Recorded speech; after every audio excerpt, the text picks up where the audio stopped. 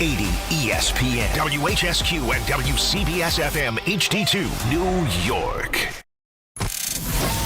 Bart Scott. What the hell? Chris Carlin. Take a hike. We're good. This is Bart and Carlin Buckle your chin strap. We about to bang. on ESPN New York and streaming live on YouTube. Well, wouldn't you know? It's like the universe comes full circle. You know, that's the only explanation that I can give you as to the situation that we are currently embroiled in right now here at this radio station. By the way, it is a Friday morning. Hope everybody is having a great start to their day. 27th day of You're running out of time in February, so get all those February plans in. You got 2 more days to deal with it. Then we turn the page to March, spring, all good things, warmer weather, put the blizzards in the rear view, and onward and upward we go. But Grass is sitting here solo, and we say with an asterisk, and we don't know if it's going to be solo for the long term, if it's going to be solo temporarily.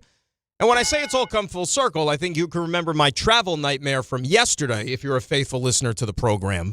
Taking me 4 hours to cross the Hudson River, and then I finally arrived in due time to help out Bart here and do the show like we had planned. Well, today Bart is the one having issues, and we are awaiting his return to the program, which hopefully will be sooner rather than later. But nevertheless, I am here. I didn't make Rick or Dave stay, didn't even want to put in the request. Wouldn't think of it, as a matter of fact. But we are here, we're locked and loaded, and we are ready to go at 800-919-3776. I see Ray Denahan when I look inside that other room, in the control room. I see Joseph Leo. I see Ray Santiago, as a matter of fact. If Ray Santiago wanted to stay for the next 3 hours and be a part of this program, I, for one, would have zero complaints. But he needs to go home and sleep because he had to do the Ranger game last night, as did I. He's got to do the Knicks game tonight, as do I. So Ray's got to get his rest. But we're going to keep you company here on this Friday. And there are a lot of things to talk about. As we said, hockey was back in full force last night with all 3 locals in action, and the Islanders were the only ones that picked up a victory. Rangers had a 2-0 lead, then they didn't, and then the Flyers beat them in overtime. But, you know, it's just been one of those years for the Rangers. 24 more games to go. We'll see what the roster still looks like by the time we get to March 6th in the trade deadline. Devils fall in Pittsburgh, so they're 0-2 post-Olympics, despite the fact Jack Hughes gets standing ovations no matter where he goes, but the hockey team still can't figure things out. And the Islanders, more Matthew Schaefer brilliance. They go to Montreal. They win in overtime. And the Islanders will be the only local team in the postseason once we get to late April around here. Knicks back in action tonight. We'll talk about that as we move forward through the program. Of course, they are in Milwaukee to take on Giannis and Doc and the Milwaukee Bucks. And it's a game that you hope that they're able to get back into the win column here and put forward a better performance. Hell, they didn't bother to try much the other night in Cleveland, so you figure they're going to be well rested and ready to go, and are able to put good 4 quarters of basketball out there before they got to welcome in our buddy Mr. Wembanyama and the San Antonio Spurs, who had a nice little workout last night in Brooklyn in defeating the Nets. That, of course, will be a Sunday afternoon vehicle. But, you know, there's going to be a lot of football today, as you would expect. Yesterday, remember, right before the show started, had the big Jets-Titans news with the Jermaine Johnson trade and Darren Mougier and Glenn continuing to make over the roster that they inherited from the previous coaching staff and the previous regime. And you have the combine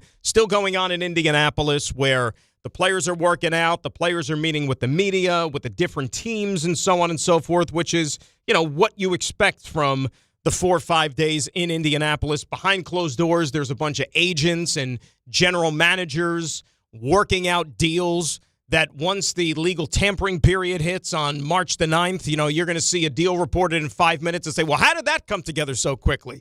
It came together because conversations were being had already at places like Indianapolis, you know, in the back room of St. Elmo's Steakhouse while they're chowing down on the shrimp cocktail with the super hot cocktail sauce and things like that. But today at the Combine, you got the defensive backs and the tight ends who are going to be working out. The quarterbacks did their little impromptu press conferences, so we'll have some of that for you a little bit later on. Fernando Mendoza spoke. Ty Simpson spoke. And guess what, guys? You're not going to believe this. Ty Simpson, who potentially could be on the Jets' radar as a option, maybe with that second first-round pick or one of the second-rounders if he's still on the board, Ty Simpson said he would love to play for the Jets. How about that? just like Arvell Reese said yesterday, just like Reuben Bain said, just like every player that is asked a particular question about a certain team. And I'm sure that when Ty Simpson was asked about all the other teams that he met with, he said, oh, that would be a dream come true because these guys are smart enough. They know that they're not going to, bite their nose off to spite their face. They're going to talk highly about every single club that they have a conversation with because they want to get drafted and they want to make it in the NFL. So I wouldn't read too much into that. What you could read into is, again, what exactly the plans are going to be. And even if you go directly to the top at the quarterback position, it's pretty much understood that Fernando Mendoza is going to be the number one pick in this draft, right? He's the Heisman Trophy winner. He's the conquering hero, the national champion. And the Raiders are sitting there quarterback needy. You're going to have a new coaching staff in there. Tom Brady running the show or, part of ownership, let's put it that way. And that Fernando Mendoza is going to be tailor-made for that organization, right? They're going to bring out the best in him. He's that type of wholesome, quality individual that you want to bring to be the face of your franchise, and you figure you can't go wrong there. Well, now you have some people that are actually throwing dirt potentially on Fernando Mendoza, which you knew was bound to happen.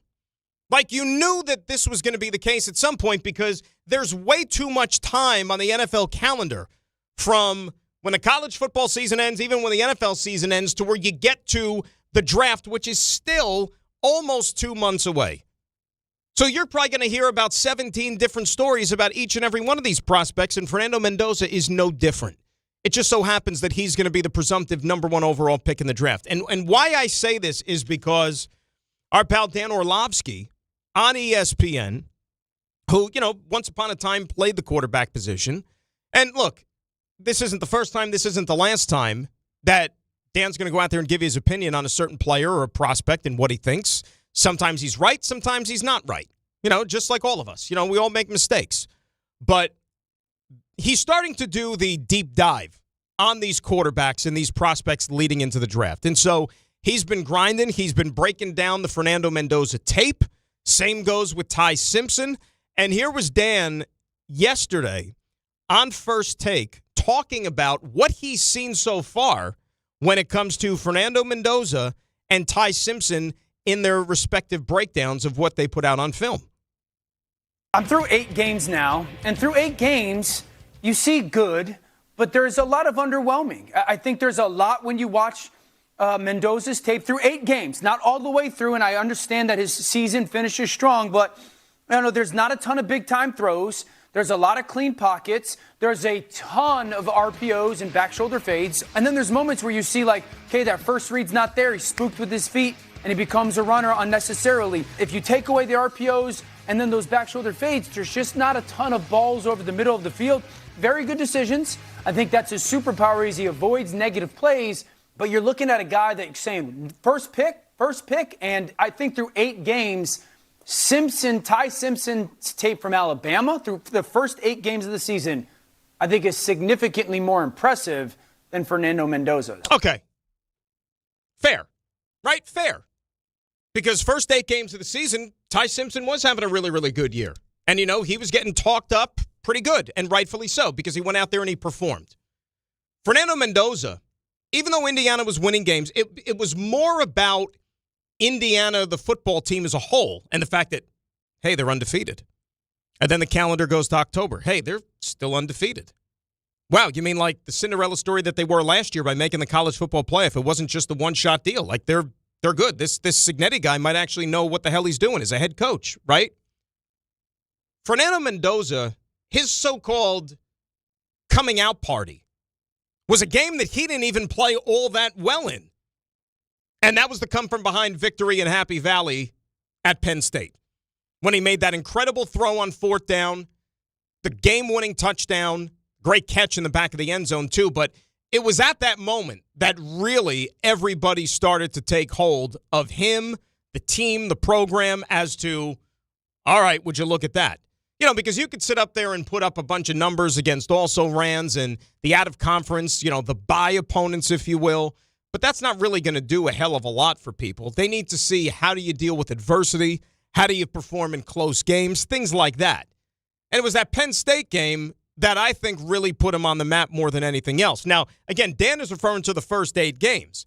From that point on is when things really started to take off, and he saved his best performances once the games had the greatest amount of importance. When he got to the college football playoff, even, the Big Ten title game when he took a beating from Ohio State but still found a way to pull out a victory against a really, really good Ohio State team, a team that most people thought was maybe the most talented team top to bottom in America, right? Those type of moments is when he really elevated his stock to where, okay, you're talking about the number 1 pick. Ty Simpson, on the other hand, late stages of the season didn't play all that well. And then ultimately in that last game of the season, the Rose Bowl against Fernando Mendoza in Indiana, like Ty Simpson was not very good at all, and he couldn't even finish the game because he got hurt. Then we come to learn about Ty Simpson is that apparently in the later stages of the season, he was dealing with gastritis, which I don't want to wish on anybody, much less Ty Simpson, right? I mean, that's painful to the point where he lost a significant amount of weight during the season. That's got to affect your performance. We're not sitting here trying to make excuses, but like that's on the ledger. So if you want to point to something, like that could be the case. But we all sat here and have kind of bemoaned the fact over the last several months that, as luck would have it, the Jets are sitting there with the number 2 pick in the draft in a draft where there's only one quarterback. Them's the breaks. Just because Fernando Mendoza is going to be picked first, it doesn't necessarily mean that he's ticketed for the Hall of Fame, right? I'm sure the Raiders would love for that to happen, but there's so many things that go into the development of the quarterback. I don't have to tell you that. Like, we've been at this game long enough. We know how this works. And just because Tom Brady is a part of the organization doesn't mean that Fernando Mendoza is going to pan out, or with Clint Kubiak now taking over as the head coach there, that all of a sudden the Raiders are going to be transformed into a winning program. I mean, correct me if I'm wrong. Tom Brady was a part of the organization last year, wasn't he? And how did the Raiders fare? They were the worst team in the NFL. And they had a head coach who's probably put together a Hall of Fame resume in Pete Carroll, and it was so bad that he was a one and done as the Raider head coach. So spare me just because Tom Brady is breathing the same air as the Raiders organization that everything is going to turn to gold there, including the quarterback. Point being, you heard Dan Orlovsky's evaluation and what he's seen on film. Could there actually be a scenario here? And call me crazy, I know, because it's unpopular whenever you want to say something positive about the Jets. But could there actually be a scenario that unfolds where maybe the Jets catch a break in this case? And that Fernando Mendoza doesn't turn out to be the greatest thing since sliced bread?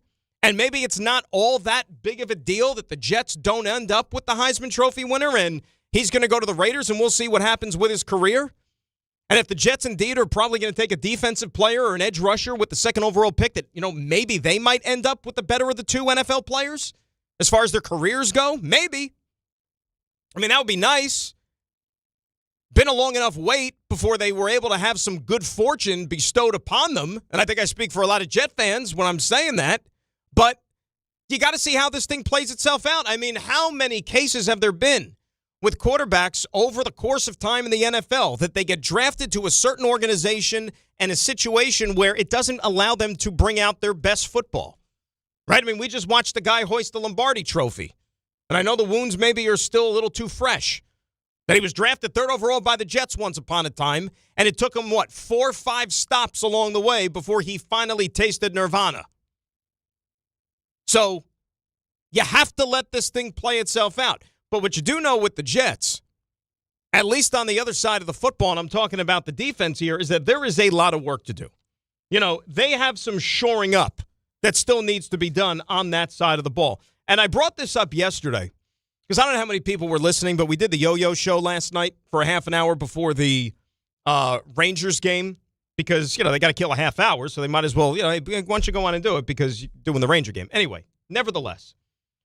And just talking about in the after effects of that Jermaine Johnson trade and how you look at how much the personnel has changed defensively for this team in just a really, really short time, like in a matter of a couple of years, right? And I went back to that season opener in 2023.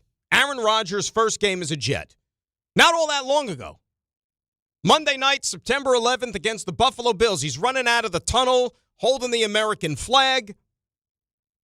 And that was a team that was built largely on the strength of their defense. And it was considered one of the better defenses in the NFL. Even though you had the Hall of Fame quarterback, you said the defense is still going to carry this football team. And you looked at all three levels of that defense and the impact players that they had on that club. And I rattled them off for you. I mean, think about it. Quinnen Williams, Jermaine Johnson, John Franklin Myers, C.J. Mosley, Quincy Williams, Sauce Gardner, DJ Reed, Michael Carter II. You had Bryce Huff coming off the bench as a situational pass rusher and a double-digit sack guy for that football team. So think about it. All those guys that I just rattled off that were a part of that defense just a little over 2 years ago, with the exception of Quincy Williams, all of them are now on some other team. And Quincy could be gone in a month when free agency starts. If that's not taking a sledgehammer to a certain avenue of a football team, I don't know what is. So the point being is that when free agency starts in a few more weeks and then on to the draft at the end of April, you would have to think that a lot of the resources that the Jets are going to have available to them are going to be dedicated to the defensive side of the ball, as I say, good morning to my partner in crime, Mr. Bart Scott. Yo, I did all that, and I could have just stayed at the place I was at, man. Went to the WeWork. Dude at the front desk had no idea what was going on. So instead of WeWork, it was Nobody Works. Yeah, and all I had to do was come back to the place I was staying and tell them they removed my TV, plugged me in, and said, all right, you won't have TV, but no, you can talk. Took 2 seconds. And I did the responsible thing. I know people are used to me coming on at 10:30 anyway. He did the responsible thing. We were talking, at 9 o'clock this morning? Yeah, the crazy thing is I had been over there. You know what I mean? Like, yeah, no firewalls or something else, man.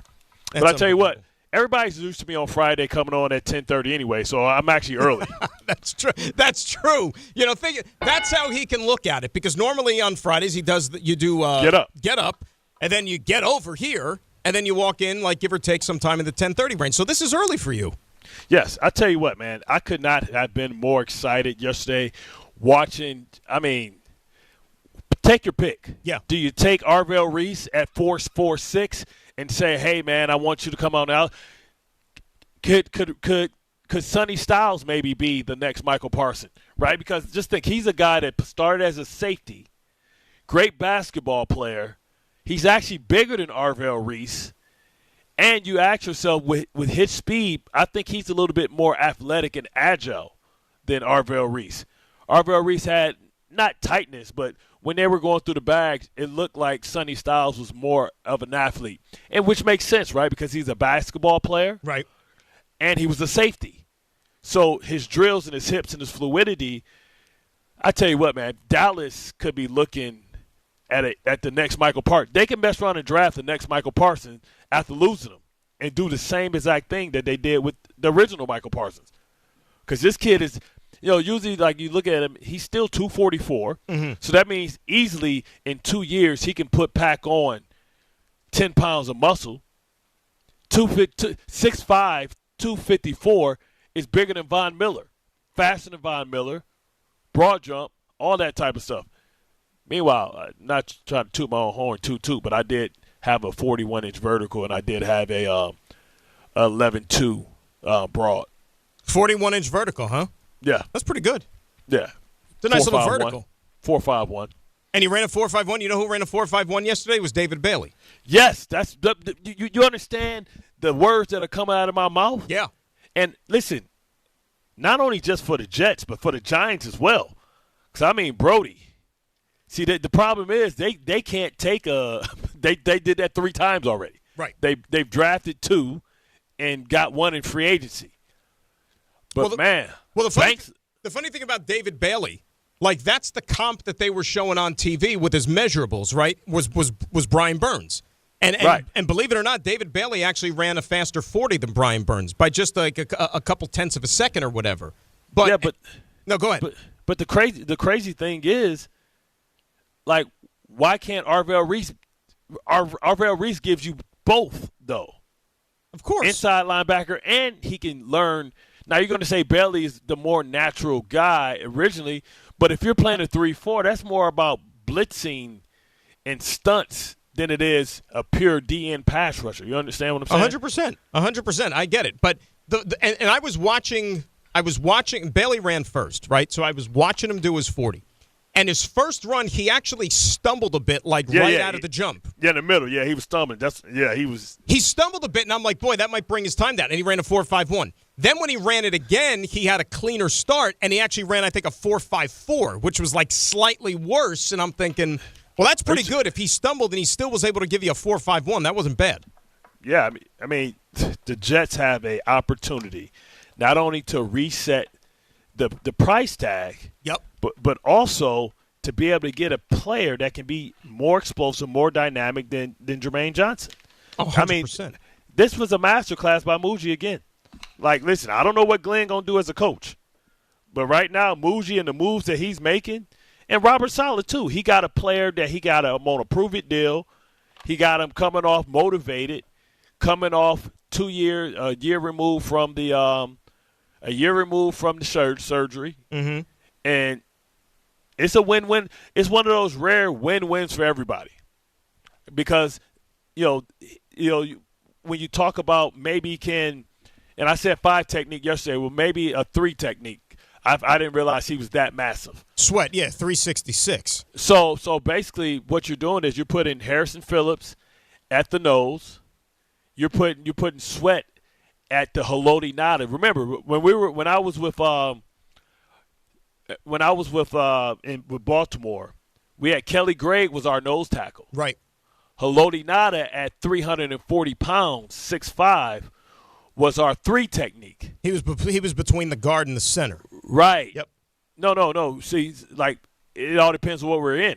Because the nose lines up on the center, and then if you're in the underfront, he goes to the front side, which is the closed side A-gap, and then you have the backside A-gap closed. And so he's in between. More than likely, he's always between the tackle. He's always between the tackle and the guard. That's just 3 techniques just to the right. Yeah, just to the open side.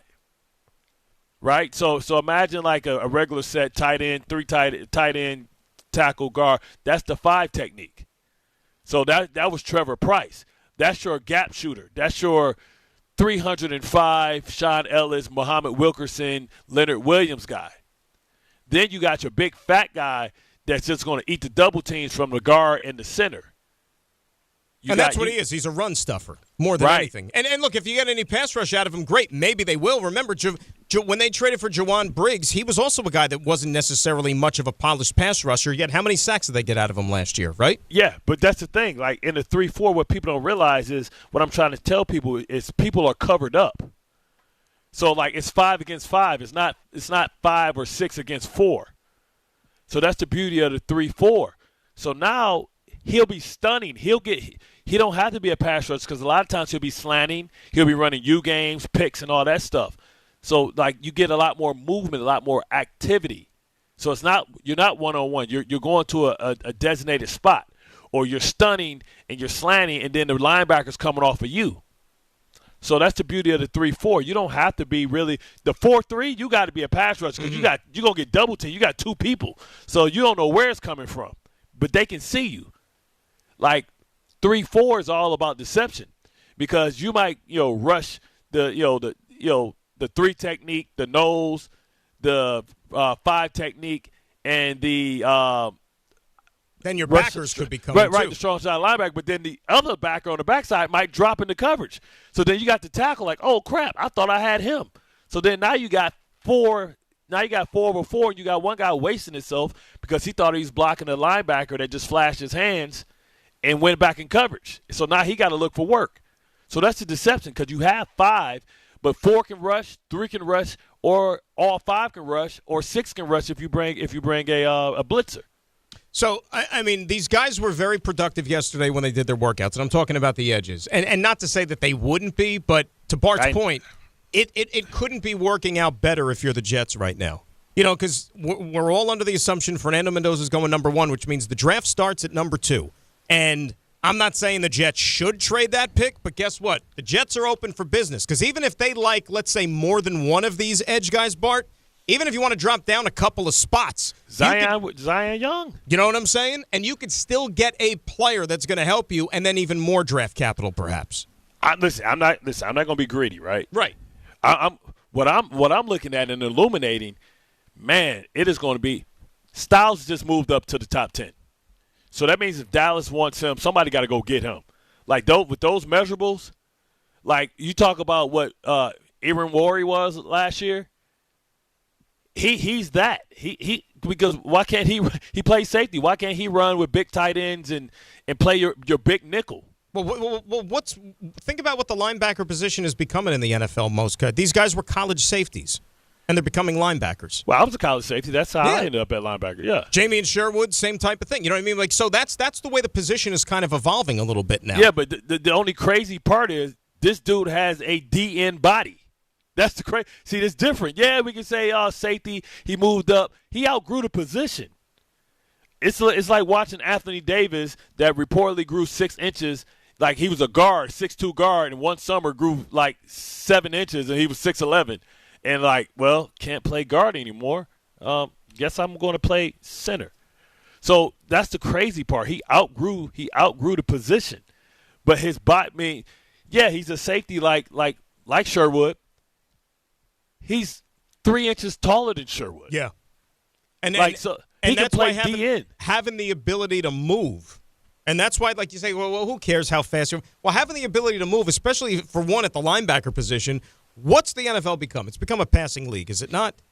Absolutely. They're going to expect you to go out there and cover some dudes too. Like you said, the tight ends, whether it's backs out of the backfield, whatever it might be. And, oh, by the way, if you got a defensive end body and you could still get after a quarterback and win your battles up front, that checks all the boxes to me, don't you think? Yeah, I mean, this is going to be some heavy, hard evaluating because Bailey did not disappoint. He's a pure pass rusher, but he's not. He doesn't give you those linebacker. He's a DN. He doesn't give you those linebacker type of. He doesn't give you those linebacker type of abilities. He doesn't give you the versatility, right? He doesn't give you that versatility, man. But if I'm the Giants. Why not? If I'm the Giants, right? Because we know, Kayvon's going to be gone. Probably. No. Inside linebacker that they've been trying to get rid of because he started to cost a lot of money. Okereke, Bobby Okereke. Yeah. Okereke. Why wouldn't you go get Sonny Styles at 5? They might.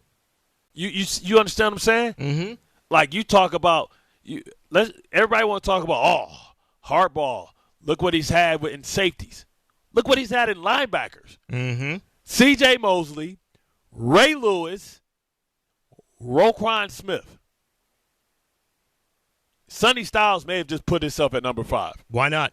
And like I said, why wouldn't you want a versatile guy that can go sideline to sideline like that? And a lot of the people coming, the talk out of Indy is that this isn't a great draft in terms of the skill positions offensively, like in terms of depth. But guess what? Everything you're seeing on the other side of the ball, on defense, especially in that front 7, you know what? There's a lot of talent from all the stuff that was being reported and that's flashing off the tape with some of these guys. So there are going to be some jewels to be had in this draft. This is the crazy thing. We think this is the first day our mouth is going to be wide open. You don't think when these safeties and linebackers start running, we're going to see some craziness? Like, the craziness has just started. Like, you talk about setting the floor high. Man. Today it's the DBs and the tight ends that are going to be working out. So there you go. Today you got the DBs. I want to see the Oregon tight end run. There you go. We got to get a quick break in. 800-919-3776. We'll come back. We'll continue the football conversation. We'll get into the Knicks stuff later as well. A lot of things. Plus, we got to get into the grades from the NFL players as to how they feel their respective organizations perform. Hold on. We got to subpoena that. We'll talk about that when we come back. We'll talk about it, but guess what? It's out there. It's out there for all to see. Over Woody's dead body. Dan and Bart on this Friday, ESPN New York. Do you owe $10,000 or more in credit card debt or personal loans? With credit card debt at all-time highs, Debt Relief Advocates is urgently notifying consumers of debt relief now being made available, designed to aid consumers with out-of-control credit card debt. Those who qualify and enroll for this relief program will only have to pay back a fraction of what they owe. This is not bankruptcy or a debt consolidation loan. This is a relief program that credit card companies would rather you not know about, as it ends your debt nightmare and saves you lots of money. Consumers owing at least $10,000 in credit card debt or personal loans can now take advantage of this debt relief as the cost of living skyrockets. Debt Relief Advocates has established a relief hotline for you to call to learn what debt reduction you may qualify for, so don't wait. For this free information, call the Relief Hotline at 800-606-8737. 800-606-8737. 800-606-8737. Horrible crash on the LIE viaduct between the Queens Midtown Tunnel and the BQE. Several lanes are blocked each way. Avoid that, obviously.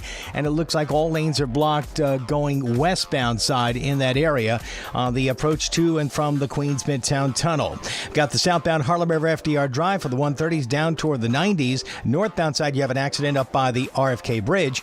You got the Lincoln and Holland tunnels and GW Bridge with about a 5 to 15 minute delay at the Lincoln and Holland. GW Bridge with a 30-minute delay. NJ Transit trains are looking good. I'm Bob Williams on 880 ESPN New York.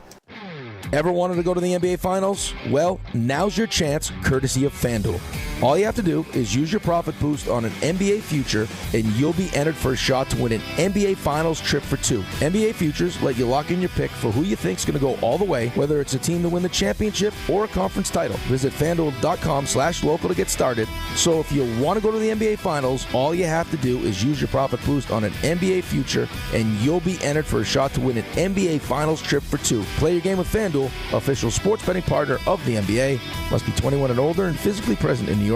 No purchase necessary. Limit one entry for profit boost token. Opt-in required.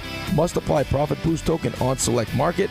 Restrictions do apply. See full terms, including methods of entry, at sportsbook.fanduel.com. For help with a gambling problem, call 1-877-8-HOPE-NY or text HOPE-NY at 467369.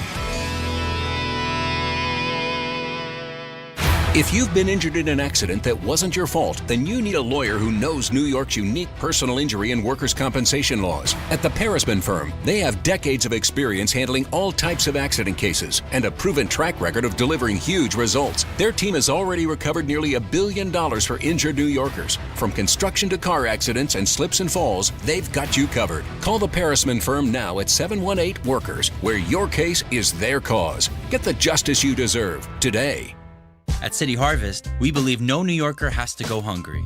With your help, we're on the road 365 days a year, rescuing over 77 million pounds of nutritious food and delivering it free to millions of New Yorkers, transforming surplus food into sustenance, sustainability, and smiles, rallying thousands of New Yorkers to power a network of nourishment across our city. One day, one meal, and one New Yorker at a time. That's how we feed good. Donate at cityharvest.org. At Uline, they know firsthand the road to success is an uphill climb. Uline started in the family basement, and through hard work is now North America's most trusted shipping and industrial supplier. They get what it means to have the support of reliable, hardworking partners. So they keep 41,000 items ready to ship. Whether your company is still in a basement office or expanding cross-country, Uline will be there on your road to success. Visit uline.com. It starts with the first early morning, the uniform, the training, the challenge. Every trooper remembers day one at the academy. But where they end up, no two stories are the same. At the New York State Police, the path you take is up to you. If you're ready for a career with endless opportunities for growth, start here. Go anywhere. Apply today at joinstatepolice.ny.gov. Empower. After wanting one for years, Kevin is finally enjoying his new hot tub. This is the life. He worked with Empower to help him get good at money, so now he could be a little bad. Oh, no, not my phone. Oh, Kevin. Kevin's phone may be in hot water, but his finances aren't. Invest well, live a little. Start today at empower.com. Every great team has its core players, but when the season gets tough, adding the right free agent can make all the difference.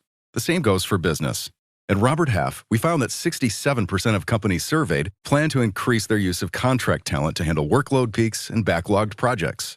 With Robert Half's specialized recruiter's experience, combined with their award-winning AI, you can quickly find the skilled candidates you want. At Robert Half, we know talent. Discover how we can help at roberthalf.com/talent.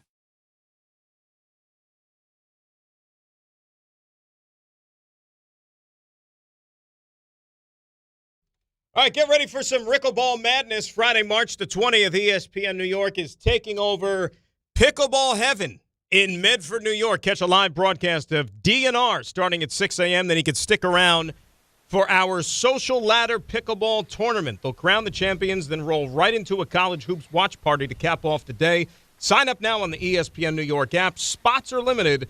Rickleball madness brought to you by Pickleball Heaven, the new standard of indoor pickleball. Dan and Bart on this Friday here on ESPN New York, talking football, talking draft, combine, all the trimmings. We were actually just outside during the break part, and we're talking about, some of these names and so on and so forth.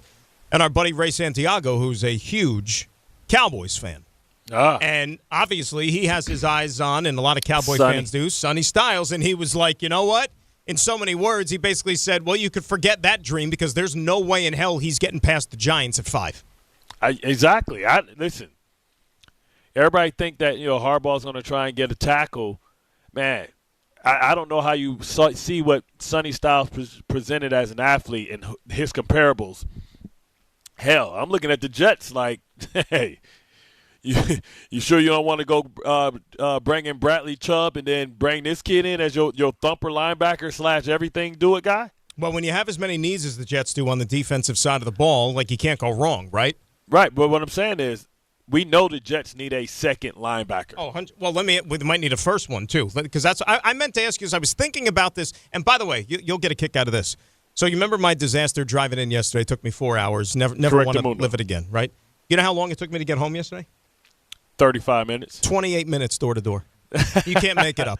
So but that's what I was trying to tell you yesterday. For 3 hours, you should have just been trying to make a left. 28 minutes. So in those 28 minutes, among the things I'm thinking about, Jamie and Sherwood, if indeed, all indications are that they're going to be primarily a lot of 3-4 on the defensive front. Do you see him fitting in that type of scheme? Because remember, we were talking about how he needs a new role with that linebacker position as far as what they were asking him to do. It's the perfect one for him. He's a lighter guy, right? So he can play the Mike. Styles can play the Sam. Strong side. No. He can play the Will, the position I play, which is to the bubble. Right. Because you want your heavy guy to be able to go to the bubble because he's the one that's the holes. That's where the lineman can get up to you. Sherwood can be like Ray Lewis, where now he can just scrape and run because he's protected. So this is the actual perfect defense for him. The reason Vilma didn't want to play it as a smaller linebacker is because they played the odd front. Odd front means the guards are uncovered and the guards in the center just scoop up to you and you got to wrestle with them all day. If you're playing an over or an under front, which basically puts the nose guard in the front side. When I say front side, people, I'm talking about the tight end side. So you just think you're going to have 3 bodies in those gaps. You're going to have one person in between the or a reduced front. You're going to have one person to the front side in between the center and the guard. Then you're going to have somebody in between the guard and the tackle, and then you're going to have somebody outside of the tight end. So that's 3-on-3. So who can get up to get to Sherwood if the ball is run to the strong side? Nobody. So then you take your tackle, which would be your 3 technique, which would be Sweat, and you can say, okay, since we're in the overfront, we're going to put him in the backside B gap, and then the other linebacker is linebacker or Sam or Will. Not Sam or Will. We used to call him Rush or Sam. You just put it like this: Terrell Suggs. Mm-hmm. He's going to be over the tackle. So the tackle has to block him. That's 1-on-1. And then Sweat is over there outside shade of the guard, and he's 1-on-1. He got a guy 350 pounds on the outside edge of his shoulder. How the hell are you going to run that way? You can't run outside because now you got an overhang guy because he's outside the tackle.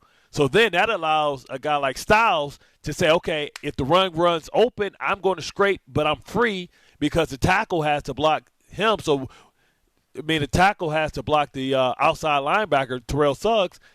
The only gap that's open is the A gap, which is not a lot of A-gap runs, but he knows that that's the gap that I want to shoot. Then guess what? How you make it even harder to run on. You bring your safety down and you call it cover 3. So now you got a free overhang safety to the open side, and now you got Sonny or Arvell that's just he's just there for the B gap, for the A gap. You see what I'm saying? So now everybody's outflanked with somebody outside shoulder of them, and it's only one little gap in the middle. One guy, you know what I forgot to mention too? Because we talked a lot yesterday about, Aaron Glenn's going to be taking over this defense. He didn't bring any Detroit guys that know his system, right? And obviously Anzalone is a guy that you think is a good but fit. He's 30. I didn't realize he was 32. Yeah, he's a little older. Another guy, though, Al-Quadin Muhammad, who, for lack of a better term, was kind of a journeyman. Yeah. He was in Detroit the last couple of years. He had a career year last year. He had 11 sacks. Outside rusher. He's 30. He had 11 sacks last year. He spent 1 year with AG in 2024. He only had 3 sacks, but he only played in 9 games. My point is that a guy that you consider, give him some money? You're not going to have to break the bank with him, but that's a guy you bring in and have him rush off the edge because he has some familiarity with that system? I mean, yeah, you can do that, but then you got a chance. You still got to get one of these great players. Of course. But it's going to be hard to pass on, like I said, or Bradley Chubb. Bradley Chubb is not that old. He was in the 2018. He was in the Sam Darnold, Josh Allen draft class. He's still in his 20s, I think, and he's coming off 8.5 sacks, and he's got paid his money, so he's on a prove it type of thing as well. Give him a 3-year. So that's what I'm saying. You have options, but Sonny, man, I can't see Sonny going second. But man, if you're looking for a pure inside linebacker, brother, I don't know. Hey, Giant fans. Think about Giants. Bro, if I'm the Giants, you already got these 2 outside ends and Dexter Lawrence. Now you give yourself a 3-down linebacker that's going sideline to sideline, and he's a big dude. And if you want to hold on to Okereke for a year, then you got those 2 as your middle linebackers, Okereke and Styles. Okereke's no slouch. People just been trying to say, is he worth the money at this stage of his career? He had a little bit of a comeback. He had a little bit of a down year last year compared to where he was previously. Yeah, but the entire defense had a down year. Looks at Brian Burns, right. No, but I totally agree with what you're saying. And you think about the history of the New York Giants. What's the history of the Giants? It's defense, linebackers. I don't want to do our production meeting on the fly, but I got Ray Deasy. I got the thing, but I don't see the link. I don't see the link, brother. Is he talking about the YouTube thing? That's the only thing that I can imagine it to be. Yeah, the link. That's all right. It's not like we're telling government secrets here. We're talking about a YouTube link. That's okay. He's trying to make it happen for the people. That's what he's trying to do. You know what I'm saying? They want to see what's going on. You know what I'm saying? Absolutely. I want to see your pretty mug, too. Giant fans, man.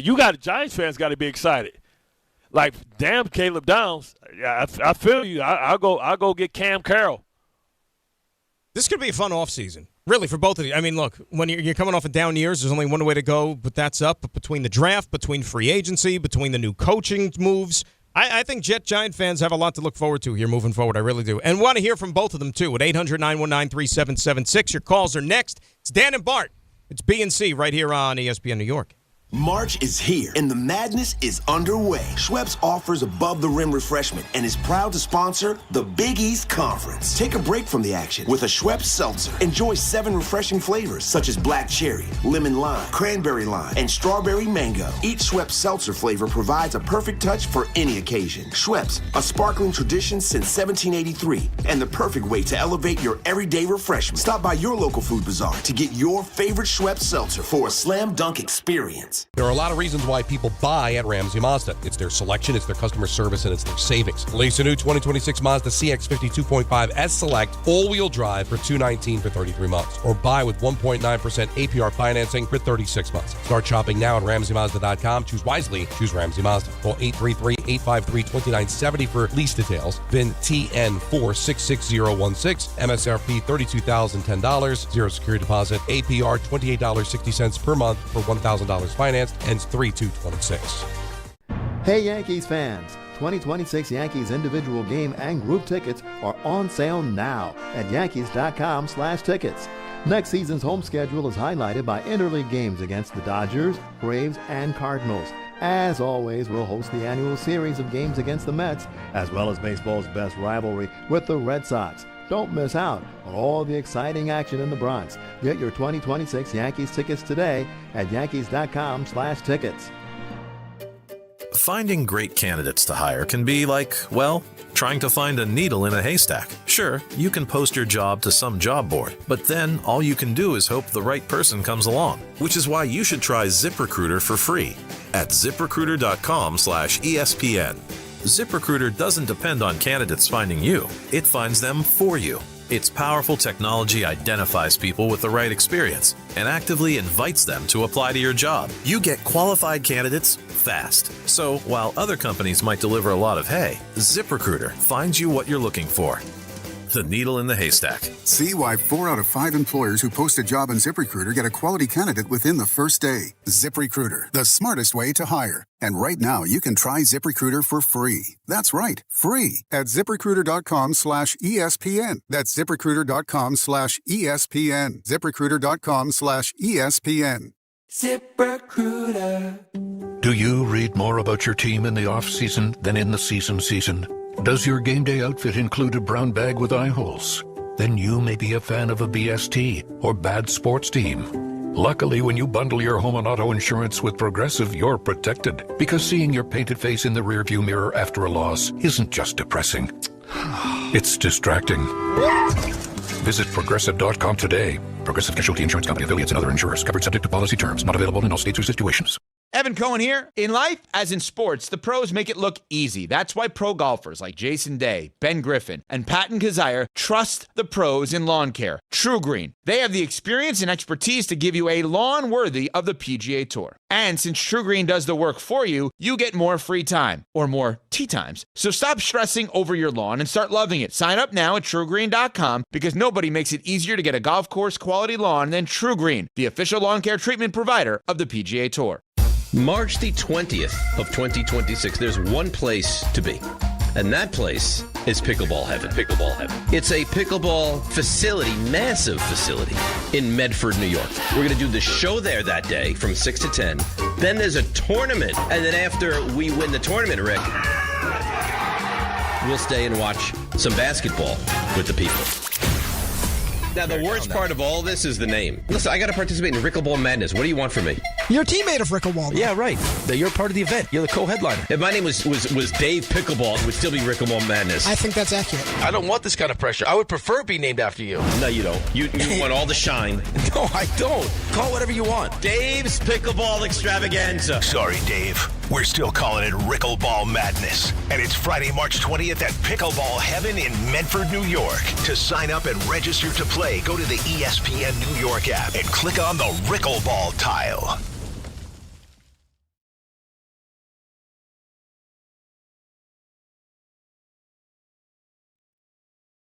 All right, Dan and Bart, ESPN New York at 800-919-3776. Talking NFL. Let's get some calls up here. We started off with our pal Gilberto in the truck, who's first up on B&C. Gilberto, what's going on? What's up, Big G? Yo, thank you for that answer yesterday, man. That's what I was expecting from you when we were talking about Cat playing in the paint and you being Cat. Okay? Yo, Bart, what's up? What up? Jay, Ray, the producers, the DJ, give shout out to everybody. 3 things I wanted to ask you. How long do you think Styles is going to last when the evaluation on him came not 5 stars, came 10 stars? Okay? He ain't getting past the 5th pick, I don't think. Whoever's making the pick, he's not getting past 5. You want to know why, but too? I'm telling you. You want to know why, though? Because the same way, but I don't even think he's going to last the 5, Bart. Yeah, the guy's the next coming of Parsons. I've seen his combine. So that dude is a monster. And then he started as a safety and then outgrew the position. That means he has the hand skills and everything. But tell me this. Knowledge. But tell me this, though. Tell me this. Was it anything that you saw yesterday that disqualified the guys that you may have had evaluated higher than him from the film tape? So did Arvell Reese disappoint you at a 4.47 at basically the same height? Did Bailey disqualify? On the speed wise is good, but The Although production Reese doesn't bring that knowledge of the passing game because he never played safety. You know what I'm saying? So I get he's that, more but he could go get of after a the rushing quarterback, linebacker. perhaps. But here's the thing. Yeah, he can go get after the quarterback, right? He's a DN, right? So that's the thing. Are you valuing pass rushing So you're as well? looking at another Suggs. That's basically it. Nah, Suggs was a career defensive end. These guys are guys that you're projecting to change positions and play a hybrid position. Suggs was a guy that people didn't think because he ran like a 4.9 could play a outside linebacker because he was a traditional DN. Remember, Suggs had 21 sacks. He had something like 17 or 21 sacks as a senior. But and Suggs fell to the Ravens at 7. But here's the thing, though. It is nothing that the other guys did yesterday that disqualified them. I'm not throwing dirt on them. But one thing I do want to ask you, what did you think about Dan's evaluation on Ty Simpson and Mendoza when their years were opposite? The Ty played real good the first 8 games and then panned out because of the gastritis, and Mendoza played subpar the first 8 games and then took off. Let me know your opinion. I'm not touching either one of those. I'm waiting till 2027, right? Like, and what he's talking about, by the way, when he said Dan, I know what he's talking about. Not Grasso. He's talking about Orlovsky. Right? Talking about ears. Yeah, ears. Right? There you go. Lobes. I get it, bro. Like, but I still have to go with my gut as well with the fact that, Ty Simpson's only started 15 games. I've been down that road before. Mm-hmm. By the time he get good, you as a head coach, you'll be lost your job by then. 100%. Well, I mean, and if they drafted, let's say if they drafted that guy this year, he's not playing. But how's he helping you? With my first round draft picks, I need people that can help me win because I need to win at least 7 before they try and get my ass up out of here. Well, that's why you're going to have to go get veteran quarterbacks. Exactly. By the way. Well, Richardson's available. We didn't talk about this the last couple of days. I meant to throw this at you. Did you see the name that's kind of picking up steam with the reports that he could be dealt? No. I'll take Davis Mills. I'm not mess with that other dude in Philly, man. No, not Tanner McKee. Another guy. A guy who has familiarity with Frank Reich. How about the Red Rifle from Carolina? Yeah, okay, I can do that. And that's a guy, you know what? I don't even need him to start. He's responsible. No, he can start. He's responsible. It's 38. But here's the problem. I mean, but he ain't played in 5, 6, 7 years. He played a lot of football. He played a few games last year or whatever, the year before when they benched Bryce for a few weeks. Yeah. But what I'm saying is he's played a lot of football, but he hasn't played a lot of recent football. So it's fine because he has the experience, right? He's not like Josh McCown that's just a career journeyman that played every little while, or Tyrod Taylor. Even though Tyrod Taylor had a splash where he played for like 5, 6 years. I'll go with the Red Rifle. I'm not tripping on that. I got no problem with it. And like I said, the fact that he knows the offense, I think that might be here's the problem. A good way to go. Who the hell's your backup, brother? Well, you need to get 2. That's what I'm saying. You need to get 2. We know that. So if you get 2, one of them going to think they should be starting. Because let him think it's one thing if I got a young drafted quarterback that you're saying, okay, no, this guy's the future. You ain't gonna go get Sam Howell and Red Rifle and say I'm gonna sit on the bench and say no, he better than me. We the same people. Let him compete. Look, it's not a great situation to be in, 5 years down the road, but this is just a temporary thing. Go get Carson Wentz and Carson Wentz didn't play bad in Minnesota. Go get both of them. No problem. You know what? The fact that they know the system and they have familiarity with the coach, I think that's a win-win. Because you have to be realistic. And then you use one of your day 2 or day 3 picks on a quarterback that maybe you strike gold with. Yeah, Nussmeier or somebody like that. Exactly. That's not a bad way to go. Let's say hi to Dave in Elizabeth, who was up next year on ESPN New York. What's up, Dave? What's going on, Dan? What's going on, Bart?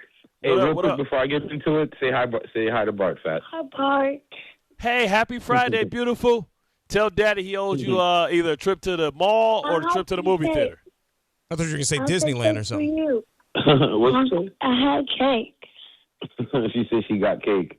She got cake? No, that is not enough. Before 12 o'clock? Yeah, the cake, that's the bare minimum. You deserve more. Oh, yeah, man. I'm playing hooky from work today, man. I don't feel good. And, I start calling you guys. She's like, let me say hi to Bart. Tell her well, hopefully nobody from work is listening. Yeah, right? Nah, my boss doesn't listen, thank God. I text her at 6:30. Nice. All right, fellas. So let's get straight into Jet football again. So, all right, both of you gentlemen went to high school like me. I like reading sometimes. I even like reading sometimes when there's a computer in front of me. But when I see mad words after a while, I'll fall asleep. If I'm watching a performance, I usually don't fall asleep unless it's like maybe like ballerina or something that don't interest me. But this is for my job and my team. How do you fall asleep, brother? Yeah, that was crazy, and then they man. catch you, like, and then they catch you on top of it, like, oh man. Well, what made it worse is he was overly alert after that. Yeah, he jolted. Yeah, like look, I don't think he was snoring. I think but here's the thing: when you're going as bad as it's been since he's been here, obviously, it's like you can't catch a break. You can't win for trying, and an optic like that, especially when it happens at a time when the edge guys are working out, thinking that's a position and an area of need for the team. It's just like, when it rains, it pours, pretty much. Oh, yeah. Definitely a Phil Jackson moment for my man Peanut Chew right there. Just two more things I was wanting to tell you guys. Dan, whenever you're taking the Holland or you're going to, go towards Manhattan, dude, you should take the Tunnel side because that's usually what I do. And then, it kind of beats that traffic of being on Pulaski because if you're stuck on the Pulaski, as you can see yesterday, you were stuck. But on Tunnelly and, going the opposite way, you could kind of maneuver a little bit and, go through back streets, things of that nature. So, that's a plus. And I just want to say on the draft side, I hope they take Bailey because, what Bart was saying and you were saying, I think Bailey might be an upside, especially, after they got Sweat yesterday. So we'll see what's up with that. Appreciate you, gentlemen. You guys have a good weekend. Dave, be good. Appreciate you. Look, given where they are on offense or on defense right now. Yeah, the issue is, right, if they take Bailey and then, Arvell becomes some generational player. If he becomes Micah Parsons, you're right. saying, yeah. How did you do that? Somebody's going to say, because all three of them can end up being really good, but then one could end up being special, and the person that didn't get the special person is going to say, oh, man, you should have you picked this person instead of that person. But the problem is people don't realize that person went to the perfect situation. If that person would have went to a different place, he wouldn't have been that same person. So that's the thing that you're going to deal with here. But I mean, what I really got excited about was the pick 16. That's because what now you got more options, is what you're saying. Because now you have pick 16. I got a lotto stud here. I think you go receiver. Receiver, we talked about it yesterday. What happens if one of these corners falls that's a day one starter? How can you pass that up? I mean, I feel like one of these corners fall, you move back into the first round. You got to move back in the first round for somebody. Or you may not have to. It may be 3 or 4 players that you charted as first round draft picks that's going to fall to 32. And if I'm the Giants, like I said, I think I'd go Sonny Styles. There's no way I'm going to go against him in my division. Giants got options. Look, when you're as bad as both of these teams have been, and you're picking in the top 5, you're going to have options. And when I say options, part of that is your phone is going to be ringing off the hook. Because you might like a player, but guess what? All the teams picking behind you, they also are in love with certain guys, and they're going to see what it takes to move up to possibly get them. Right, because the big fatties didn't disappoint. Banks didn't disappoint at 6'6", 337, running a 5.05. You know what I'm saying? For sure. All right, let's get a quick break in. When we come back, we'll get into the report cards from the NFLPA. And some of these were a little surprising. See how Bart thinks about it. We roll on till 1. It's Dan and Bart, B and C, right here on ESPN New York. Talk about stepping up. It's time to level up your game. Introducing the all-new ESPN app. All of ESPN, all in one place. Your home for the most live sports and the best championship moments. The electricity is palpable. Step up your game with no annual contract required. It's the ultimate fan experience. Level up for more on the ESPN app or at stream.espn.com. Sign up now. My name is Whitney Allen, and I'm a widow. My husband, Ryan, died. We never thought we'd ever have to use life insurance, but the unexpected happened. With Ethos, signing up was fast and 100% online. You can get a quote in seconds, apply in minutes, and get same-day coverage. No medical exams, and you can get up to $3 million worth of coverage. I'm grateful we were prepared. Get your free quote at ethos.com/game. That's ethos.com/game. Paid spokesperson. Time spent on application may vary. Online health questions required. This is DiPietro and Rothenberg. You heard how the end of that rejoin just ended. Rick slept with his mother-in-law. You slept with your mother-in-law years ago. I don't bring that up all the time. That's jarring. Me casting her mom. There's no context to that. RJ knows what he did, and he did it on purpose. Noted. Mental notebook. Noted where? Noted. This is DiPietro and Rothenberg. Mental check. Bloop. Morning Start with DiPietro and Rothenberg. Weekdays from 6 to 10 on ESPN New York and streaming live on YouTube.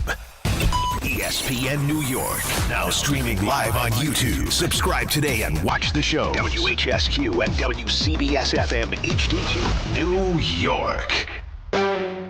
Ever want to go to the NBA Finals? Well, now's your chance, courtesy of FanDuel. All you have to do is use your profit boost on an NBA future, and you'll be entered for a shot to win an NBA Finals trip for two. NBA futures let you lock in your pick for who you think will go all the way, whether it's a team to win the championship or a conference title. Visit FanDuel.com/local to get started. Ever want to go to the NBA Finals? Well, now's your chance, courtesy of FanDuel. All you have to do is use your profit boost on an NBA future, and you'll be entered for a shot to win an NBA Finals trip for two. NBA futures let you lock in your pick for who you think will go all the way, whether it's a team to win the championship or a conference title. Play your game with FanDuel, official sports betting partner of the NBA. 21 and over, physically present in New York, no purchase necessary. Limit one entry per profit boost token. Option required. Must apply profit boost token on select market. Restrictions apply. See full terms, including methods of entry, at sportsbook.fanduel.com. For help with the gambling problem, call 877-8-HOPE-NY or text HOPE-NY 467-369.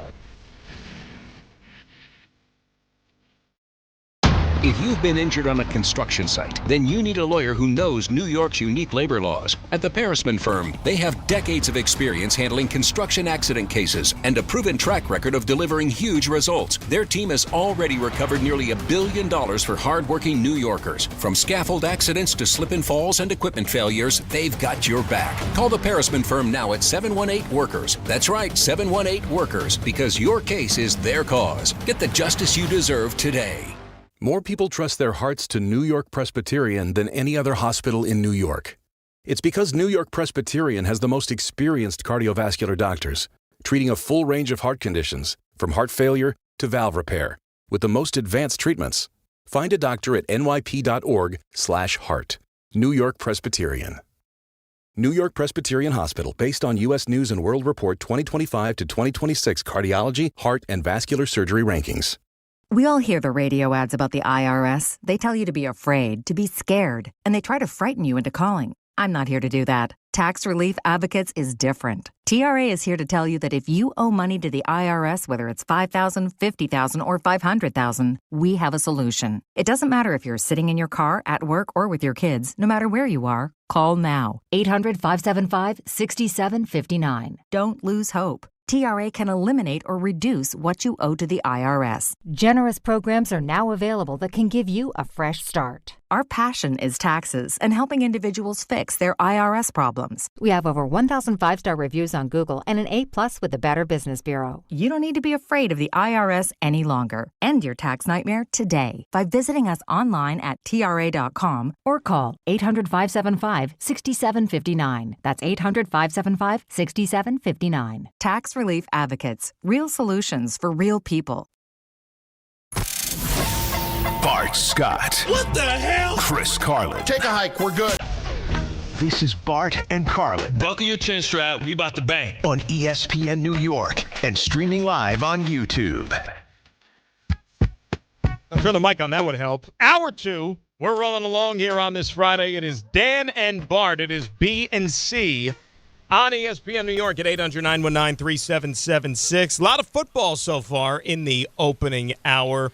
Now, Bart, let's continue the football conversation, but on a different level, because remember last year when the grades were released on the report cards for each team in the NFL that the players vote for? This is an NFLPA thing. Now, did they have this when you were still playing or no?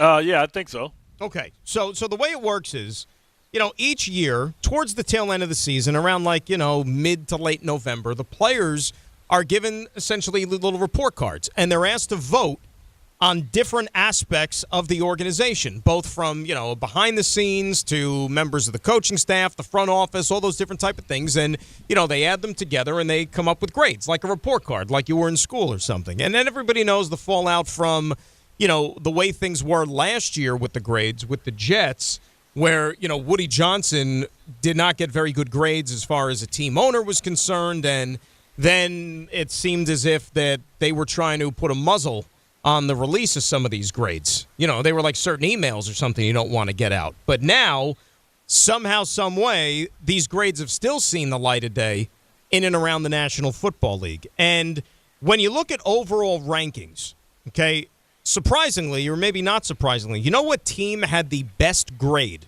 of any in the National Football League? Let me think about this one. Let's put it this way. It doesn't have anything to do with the Rams wins and losses. No.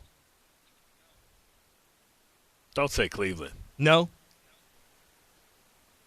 I'll give you a hint. How about a place where even if you were losing games. Oh, Dallas. No. If you were losing games, it still is not the worst place in the world to have to come to work. Miami. There you go. Oh, yeah.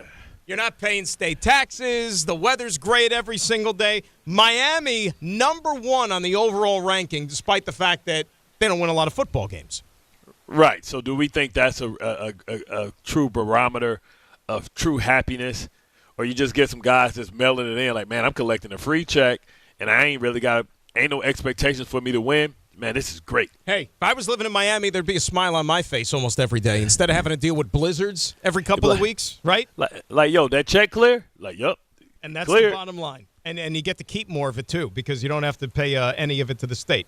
All right, so as far as the locals are concerned here, all right, the Jets, they had, I think, certainly a little bit of an upgrade in terms of the way the players in the organization felt about the organization compared to a year ago. Now, how much stock do you put into the fact that there was a lot of turnover in that locker room from 24 to 25? Or it could be people could have thought they were being filmed. Their answers, like, write your name on, write your name on there. I see. No. I think that's part of it. You got a lot of disgruntled employees that knew the head coach got fired, and what a chaotic place that had to be with Ulbrich as the head coach. Everybody knowing that the regime is about to be gone and stuff like that. Everybody knew that that Aaron Glenn was going to be there. I still can't get over how he jumped up when somebody must have told him you on camera. You on camera? Huh? What? You know what he looked like? He looked like Craig when old girl was like, Craig, are you high? What? Me? What? No. I mean, you smoking my weed too? I'm going to kill you and smoke it. That's a long day sitting there all day, just watching people run. I get that, but man, that's Sonny Styles, baby. That's who you might be coming here to see, baby. Same with Arvell Reese, David Bailey. Right. I get it if Rodriguez was running. Because you're not expecting much from him. Exactly. Hey, on the low, second-round draft pick could be Rodriguez. If you want to go outside and receiver, get you a thumper in the middle. Get you a true leader. Could be a guy like Rodriguez. All right, let me get to some of these grades here. First, we'll do the Jets, and then we'll hit the Giants here. So the Jets got 6 A's in 6 different categories. They got 6 A's. Okay, they got. It better be locker room. The nutritionist/dietitian got an A. Okay. The locker room got an A-, and remember, they overhauled that locker room last year, and it looks great. If we did it all new, we still got an A-, man. I'm kicking somebody's ass. They did a good job with the locker room. They got a barbershop and everything. The strength coaches got an A. Okay? Special teams coordinator, our boy Chris Banjo, got an A. Oh, yeah. Yeah, he was the man. What do you think the grade they gave Aaron Glenn? A C. Gave him an A. Oh, see, not a line. See. Nope. Well, that's also a case maybe if he brought in a lot of these guys.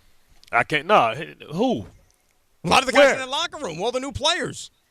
Man, remember by the time you got to November, what was left in that room? But bro, A, come on, man. I didn't do the grades. This ain't me. This is not me. Now, Joe, is there a way to find out? And because Bart alluded to this, and I think that this is a good one. Have we been able to confirm as a player? Do you have to write your name on these things? That, I don't know. No, hell no. It's anonymous as hell. Quit playing. You know how many people got fired last? Like you said, if my name is on it, then I don't want it to have to come back to me. But if it's anonymous, then who cares what you write down as a grade? I mean, come on, A. Come on, man. Hey, like I said, I didn't fill it out. What about the general manager? He gets a grade too. What do you think he got? Oh, he should have got it. He should have got a B minus. He got B an A plus. minus. Yeah. And how about ownership? A. You got a B. Got a B. Not Woody wants this all public. He wants this all public now, hey, baby. They're gonna plaster it all over the building. Hey, you know what I'm saying? We moving in the right direction. So, like I said, I don't know what it was, but all of a sudden that grade flip-flopped from the previous year. Treatment of the families got a B+. The only one that got an F was the home game field. That got an F-. Yo, if the game day field got an F- from the Giants, then they need to pull that crap up. It also got an F-, yes. From the Giants, too? Yep. Oh, bro, what we doing? The food dining area got a B. Training room got a B. They bet not have did that to Marcus. Marcus being there cooking his ass off. He's a good guy. Training B. Training staff B+. Weight room B+. Position coaches B, even though they fired half of them. Offensive. What do you think they gave the offensive coordinator? F. B-. No. Come on. See, No. Wait for this one. What do you think they gave the defensive coordinator? A+. Give him a B+. You see what I'm saying, brother? Explain that to me. I can't take you seriously. You know how you just go down one thing, you just mark the same thing just straight down? It feel like somebody did that.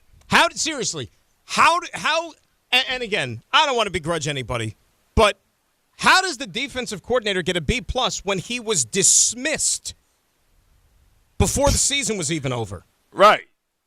And they were one of the most underperforming teams on that side of the ball the entire year.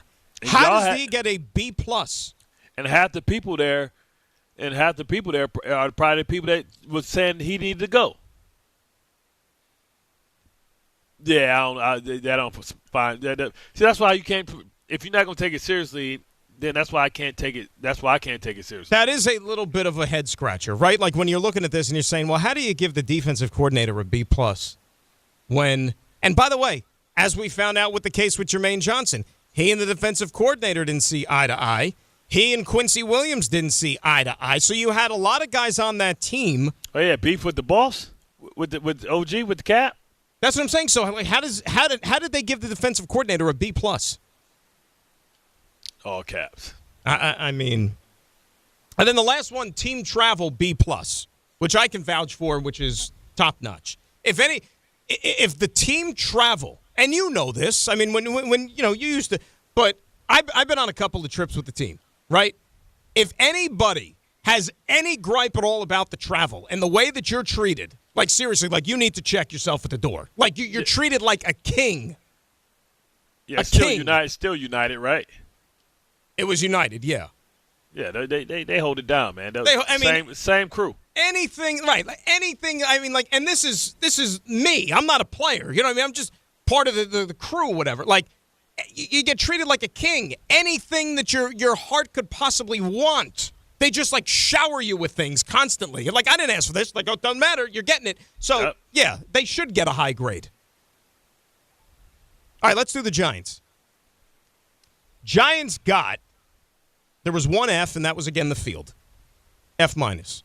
Yo, F. Both teams gave him an F, bro. Like, what are we doing, man? Well, let me ask you a question. You played there. What is it like? But I'm an OG, baby. I played on everything. I know you're an OG, but I played on sand turf in Southern Illinois, where there's pounds of sand in it, and when it's dry, they have to wet the field because the sand started coming up. Well, that was basically what the old Meadowlands turf used to be like when it was grass. By the end of the year, it was basically green painted like sand. Yeah, so I play. Listen, I'm an OG, man. I ain't gonna get hurt no matter what. So Bart didn't care about that stuff. He just played. He laid it on down the line. We used to always talk about the GMAT and all that type of stuff, and because remember, I played on the last field before they went to the new stadium. Over at the other place. Yeah, I played in the old Meadowlands Stadium. I mean the old Giants Stadium, because that's what they called it. But did you see much of a difference when they moved to MetLife? I mean, I didn't care. Didn't people care. were slipping, but people always talk about the GMAT. But people were getting hurt when I was playing on it. But I think that's new turf from that's different type of turf from when I was there. All right, Giants got only one A. Only one. And that was the nutritionist and the dietitian. They got an A-. So a lot of nutrition going on with the New York Football Giants. So locker room is crap. You know, they got an older training facility. Locker room, got a D. A D. D for damn. Pretty much. All right, how about this? So think back to the Giants, okay? Offensive coordinator. A-. C+. See, at least the Giants more honest. How about defensive coordinator? Oh, that's a D. You got D+. I like how they throw the plus on there. Special teams, who also got dismissed. What do you think? D+. B+. Explain that one. It wasn't all his fault. It was the players not executing. How about the head coach? Oh, he gone? He was yelling at people. People probably didn't like him a lot. Yeah, D+. Got a C. Yeah, that's basically a D. That's like man, he is our head coach. I ain't going to trip on him too much. Now, you'll like this one. How about the general manager, who, by the way, he let everybody know a couple of days ago, he's still the general manager. His role hasn't changed. Now, most of the general managers on this survey throughout the NFL, the lowest grade that any of them got was a C, except for one general manager who got even lower. You know what he got, Bart? F+. I'll play this for you. Oh, man. I got a D+. I'm going to graduate. Got a D+. Damn. He got a D+. But I'm still in control. Yeah, but he's still in. I mean, come on. What are we doing? So overall, Giants are 25, and the Jets came in at 18 as far as the report cards are concerned. But they came in 18 with all them damn A's, so everybody else was just A. Apparently, number two, we said Miami was number one. And again, this has nothing to do with winning games, apparently, because Miami didn't win enough games. And number two was another team that didn't make the playoffs either. That was Minnesota. They finished second. I guess it must be real cushy in them hoods. Let's go right to the top. How about this? You like this one? The Super Bowl champions. Okay, they got a lot of A's, as you would expect. They actually got an F. Field? The field. Now, you played there a couple times, didn't you, in Seattle? Yeah. Is that turf that bad? People want grass, man. I mean, it's got nothing to do with, like, the atmosphere and the crowd and things like that, you know, like with the 12s or whatever. They're just talking about the actual field itself. How many of these teams, you know what I got to look through? How many of these teams actually gave good grades to their field and their playing surface? A lot of them did? I mean, I would think the grass surface teams. But even the grass, like, you always going to be like, man, they had to resod it. It was loose this game. But for the most part, I would think that grass field is going to get more to love. Right. You know what I need to do? I need to go back and check the teams that have the synthetic fields, like what their grades were. You know what I mean? Like the Jets, Giants, Seattle, they all play on turf. So that's an F. You know, they gave those all Fs. Atlanta's the same thing. That's a C-. Is Baltimore natural grass still, or did they change the synthetic stuff? They changed so much, but I think they're natural grass. Now they're back to grass? Okay, they got a... They've been back to grass for the last couple of years. They got an A. Buffalo got an F with the field. But Buffalo, too, remember, once it gets to, 20 degrees or whatever up there, that field is as hard as a rock. Carolina got an F when it came to their field. How are these? Why How Carolina get that? So They're grass. Yeah, why did they get an F? No, Carolina's actually that synthetic stuff now. Oh, wow. It shouldn't be that. You know what about it's Jacksonville? Cheaper. I tell you what, Tampa used to have good grass. They got that Bermuda, it's real tight grass. Like it's Bermuda grass. Jacksonville got a B+ with the field. Yep. Tampa, let me see Tampa. Tampa had that nice cushy soft F-. stuff. Whoa. Yeah.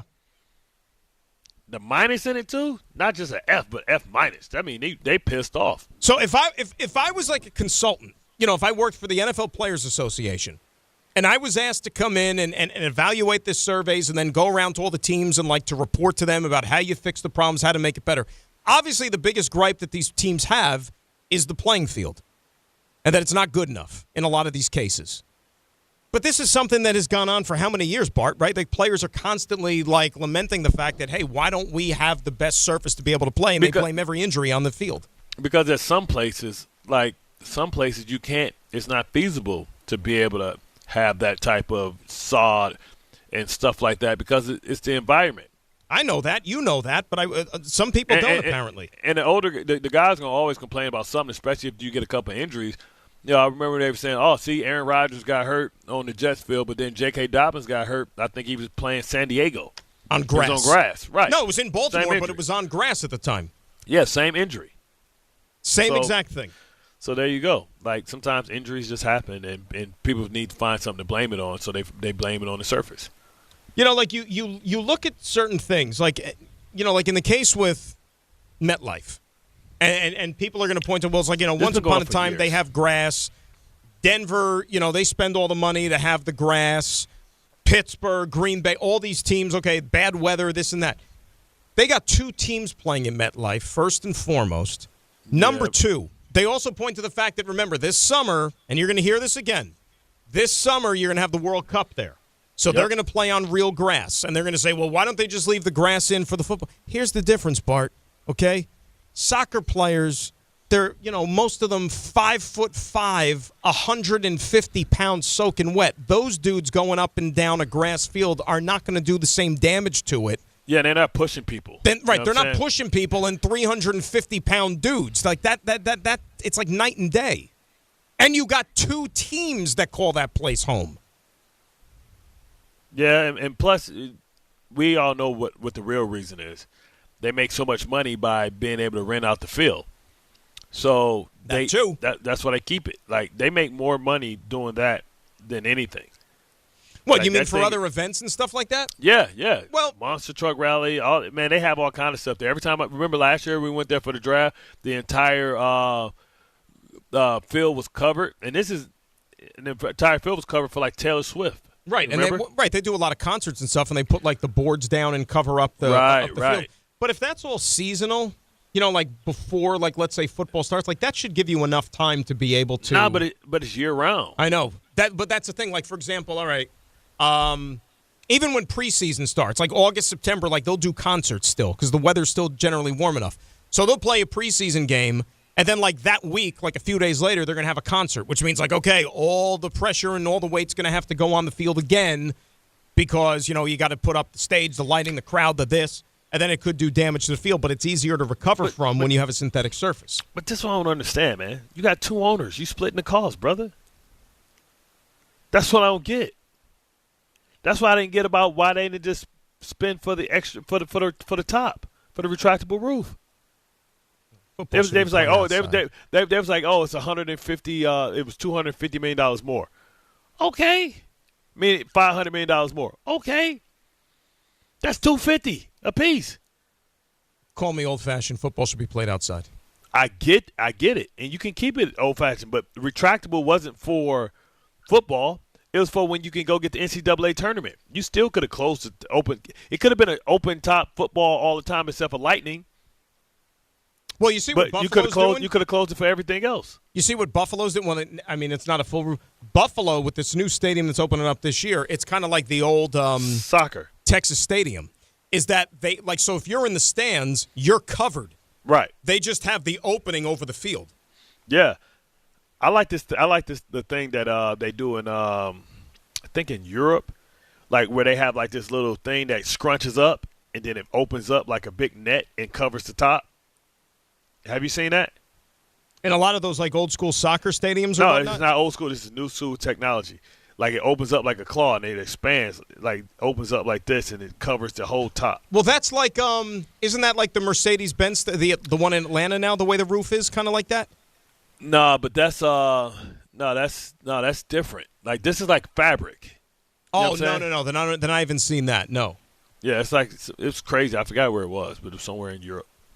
800-919-3776. That is the telephone number. We're going to get some audio files. We'll also do a little sideline to sideline a little bit later on as well. It's Dan and Bart on this Friday, ESPN New York. Be part of it isn't just a slogan. 2026 season tickets are on sale now, and this is your chance to join the tradition and legacy of the New York Yankees. Purchase a plan and enjoy the best seat locations, significant savings, and flexible payment options. Plans start at just 9 games. Log on to Yankees.com, call 212-YANKEES, or email seasontickets@Yankees.com. For 2026 Yankees season tickets, email seasontickets@Yankees.com today. At Uline, the prevailing opinion is, if you don't live it, you don't believe it. The people at Uline believe in hard work, and they live it by being there 24/7 to answer your call, having 41,000 items in stock, and offering same-day shipping from 12 locations across North America. Business owners, sellers, buyers, shippers, and packers believe it. Uline is the hard-working, dependable source for your shipping and industrial supplies. Visit uline.com. This is Rick Brunson, the assistant coach from the New York Knicks. I'll be driving to our games this season in style in my new Jeep Gladiator from Princeton Jeep. My friends at Princeton Jeep gave me all-star treatment, and you can expect the same thing. Just mention I sent you, and they'll treat you like family. Princeton Jeep has tons of inventory and great deals on new vehicles. Visit Princeton Jeep at 1045 State Road in Princeton, New Jersey, or online at PrincetonJeeps.com and tell them Rick Brunson sent you. I know that hiring can be challenging. You sort through tons of resumes and you get too many so-so applicants. You're just waiting for someone to match your role perfectly. Well, now, there's a place where you can meet them fast. ZipRecruiter. Need to hire right away. Start your search for strong candidates. The right fit awaits. Build your team. Build it sooner. Meet your match on ZipRecruiter. Just head to ZipRecruiter.com/ESPN right now to try it for free, and you're on your way to meeting your match. 4 out of 5 employers who post on ZipRecruiter get a quality candidate within the first day. So try it now. Go to ZipRecruiter.com/ESPN. Once again, that's ZipRecruiter.com/ESPN. Meet your match on ZipRecruiter. Try it free. Think premium meat has to come with a premium price? Not at Wild Fork Foods. Right now, Brazilian beef tenderloin is only $10 a pound, and Atlantic salmon portions are just $9.98 a pound. That's incredible value on premium cuts. Plus, Wild Fork offers over 450 meat and seafood options, all blast frozen to lock in freshness and flavor. Visit one of their 7 locations across Long Island and New Jersey, or get same-day delivery at wildforkfoods.com.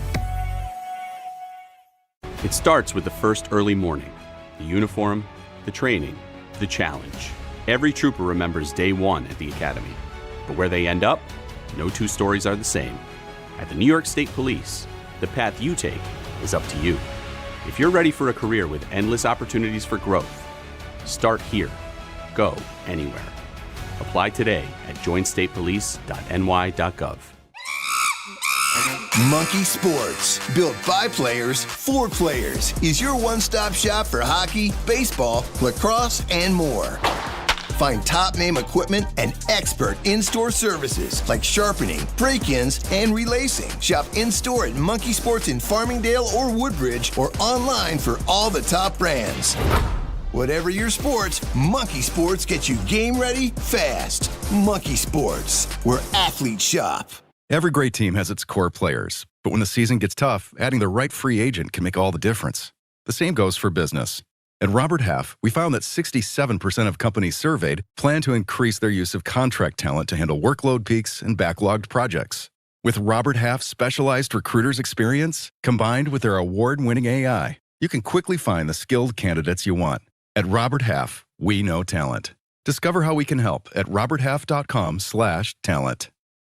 My name is Whitney Allen, and I'm a widow. My husband, Ryan, died. We never thought we'd ever have to use life insurance, but the unexpected happened. With Ethos, signing up was fast and 100% online. You can get a quote in seconds, apply in minutes, and get same-day coverage. No medical exams, and you can get up to $3 million worth of coverage. I'm grateful we were prepared. Get your free quote at ethos.com/game. That's ethos.com/game. Paid spokesperson. Time spent on application may vary. Online health questions required. All right, it's game time, brought to you by Tullamore Dew Irish Whiskey, because you know what? When it's game time, it's Tully time. It's how we roll. 105 today, Yankees playing the Twinkies. Mets take on the Cardinals. Little MLB spring training action. Tonight, the Nets are in Boston to play the Celtics. No Jason Tatum. Found that interesting that the Celtics had to tell us specifically that Tatum was ruled out for tonight's game. But read into that what you may want. That's a 7:30. Knicks back at it in Milwaukee to play the Bucks tonight. Coverage begins right here at 7:30 on your home for the Knicks, ESPN 880.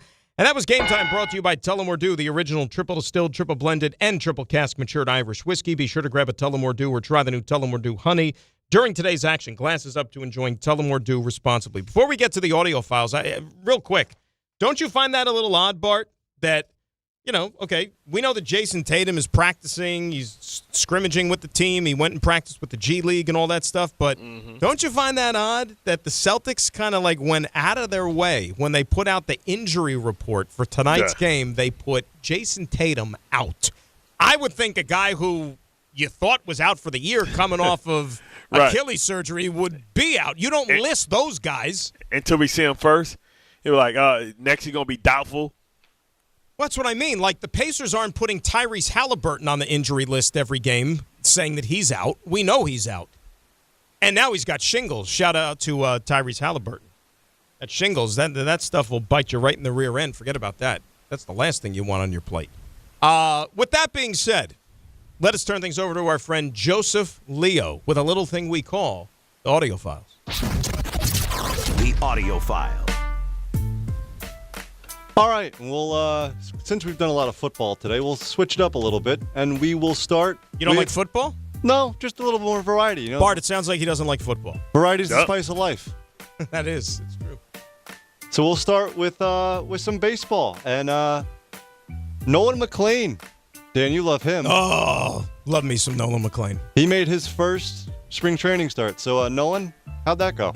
Yeah, I mean, for me, I didn't really shut down very long. Felt so good at the end of last season. I wanted to just keep my arm moving. Not necessarily still throwing bullpens full time in the off season, but I kept my arm moving for a while. Might have taken about a week off after the season and just kept throwing.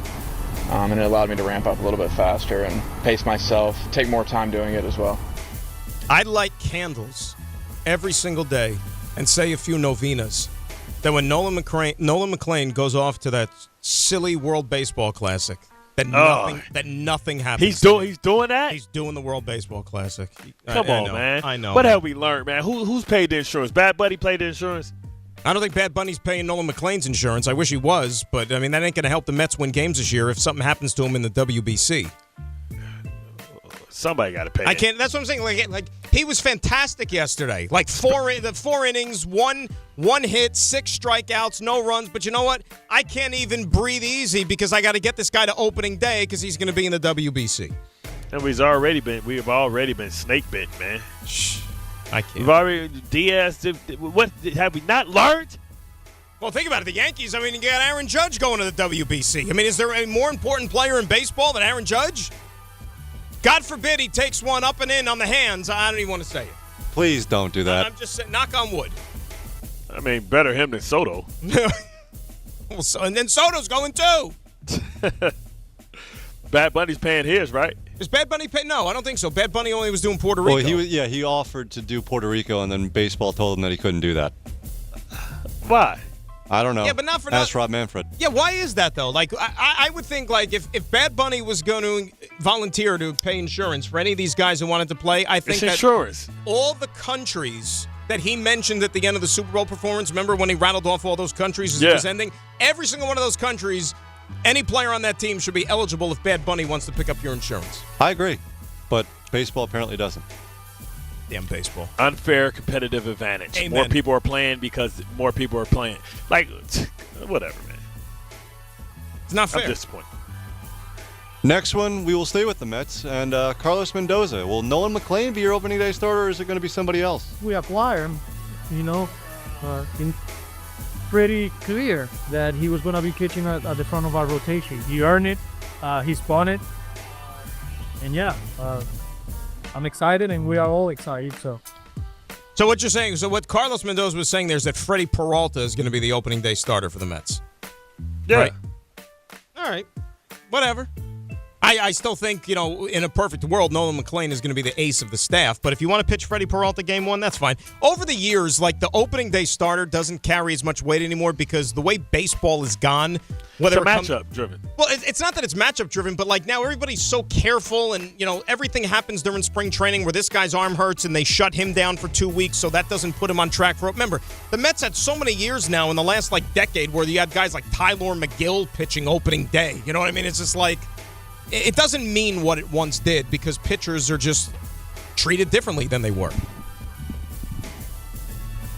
Next one, we will go, staying with spring training, but go to the Yankees. And Aaron Boone was asked on the current status of Giancarlo Stanton. Yeah, status quo. He's actually doing well.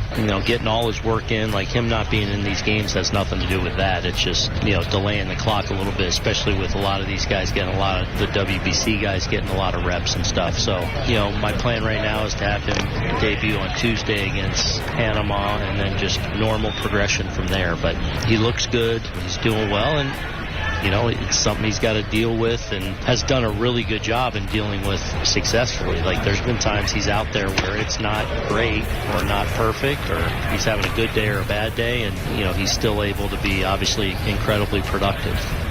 I know that teams have been doing this for a while now in spring training, but, why are the Yankees playing Panama?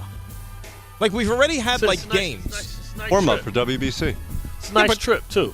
Well, they're not going to Panama to play the game, because Panama's here to play the WBC. But it's you couldn't play the Marlins. They were busy, or one of these other teams in Florida. They had to play Panama. Remember when Derek Jeter played the Yankees in the WBC, the original one? Yes.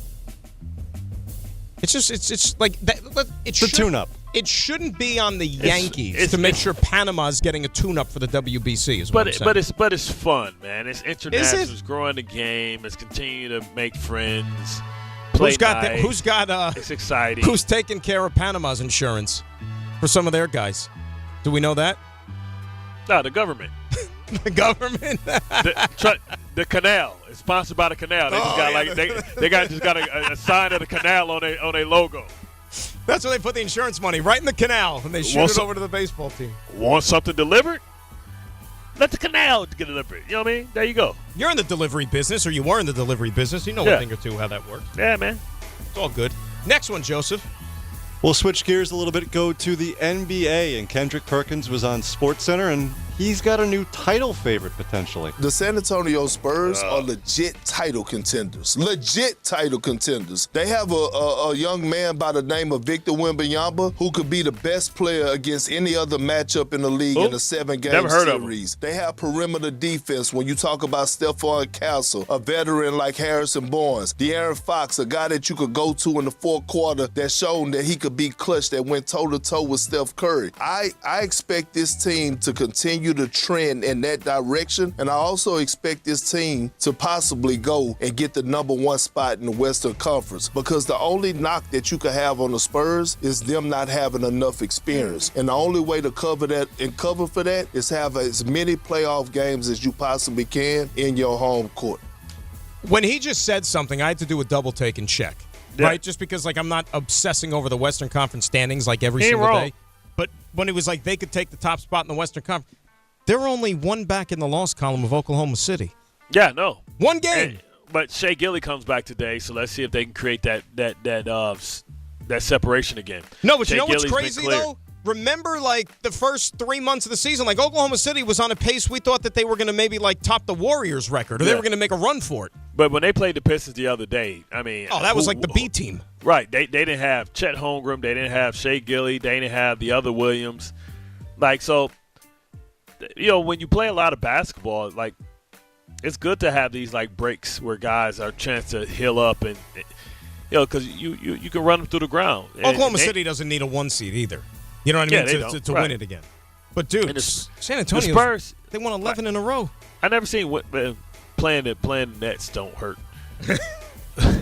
You know what I'm saying? Let's see what happened when they play the Knicks. They played the Knicks in a couple of days, right? Sunday at 1. How many minutes did Wemby have to play last night? Do you remember? He only scored 12 points or something like that.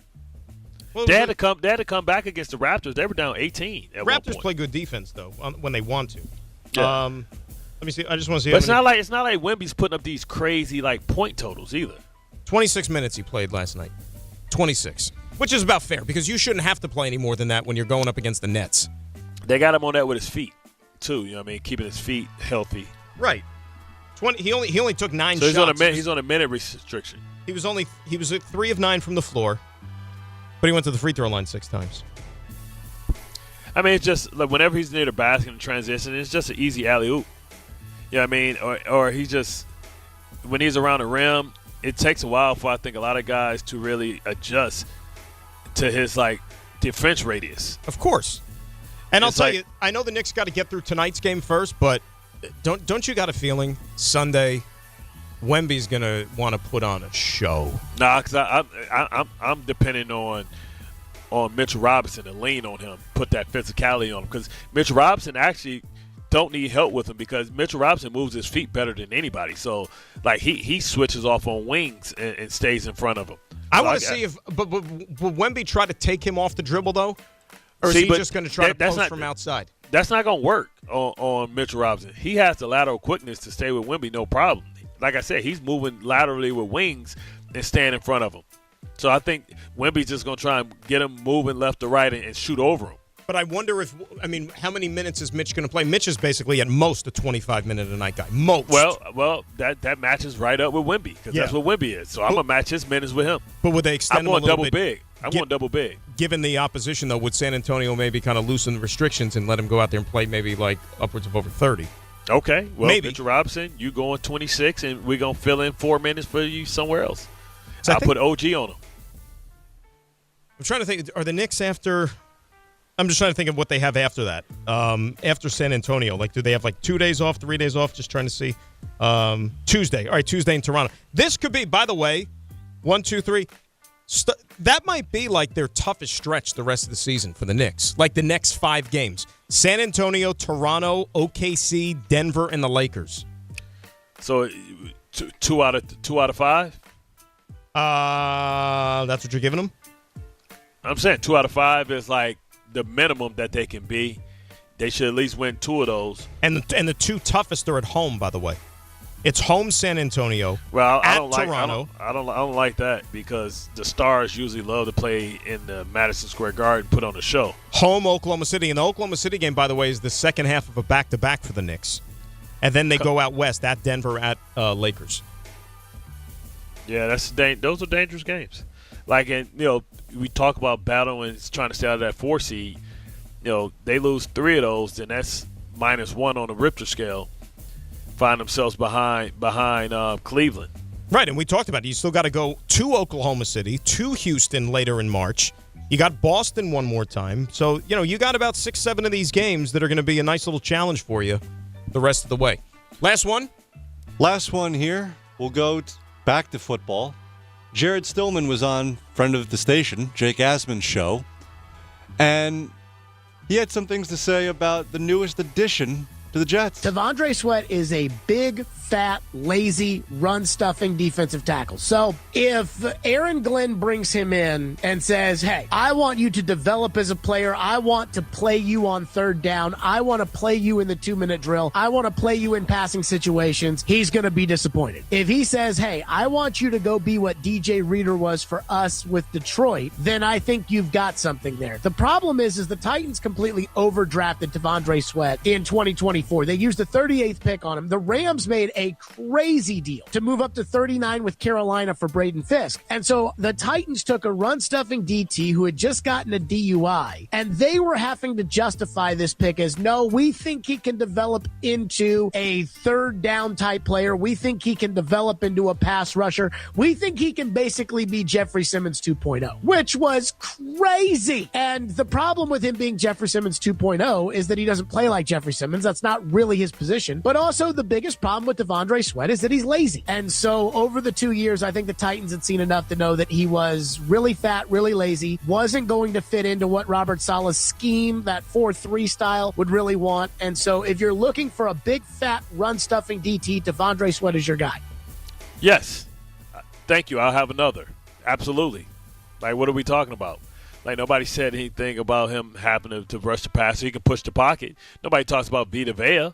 Like, yeah, we need one of those because guess what? When we need to get busy, we need a big dude to get busy. That's what Briggs is for. And by the way, just because you play the same technically, interior defensive line position as Jeffrey Simmons, you don't play the same position. You're asked to do different things. So, like you said, it's different between a zero technique, a nose, and a traditional D tackle. That's something. 100%. That's a totally different position. And I like Jared a lot. I've gone on Jared's show. Like, I think he's really, really good what he does, and he's very passionate. He's all fired up about Titans and Tennessee sports. But is his body tight?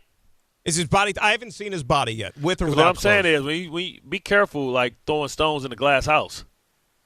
All I'm saying is that Jared also is was the president for a long time, as I came to realize, of the Mike Vrabel while he was in Tennessee. Mike Vrabel is not a good head coach club.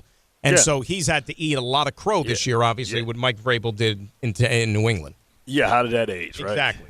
So, and he hasn't run from it either. Like, I give him credit. Like he's owned it and so on and so forth. But, you take that stuff with a grain of salt. But we'll see. Like, Sweat's going to have a clean slate coming over here to the New York Jets, just like Jermaine Johnson's going to have a clean slate going over to Tennessee to reunite with Robert Saleh and Aaron Whitecotton. All right, 800-919-3776. We'll get back to the phones. We'll get into a little bit of a Knick discussion, too, as we move forward. And we got to get into what the hell is going on with those elbows of Giancarlo Stanton. A lot more to do. It's Dan and Bart. It's B&C right here on ESPN New York. At City Harvest, we believe no New Yorker has to go hungry.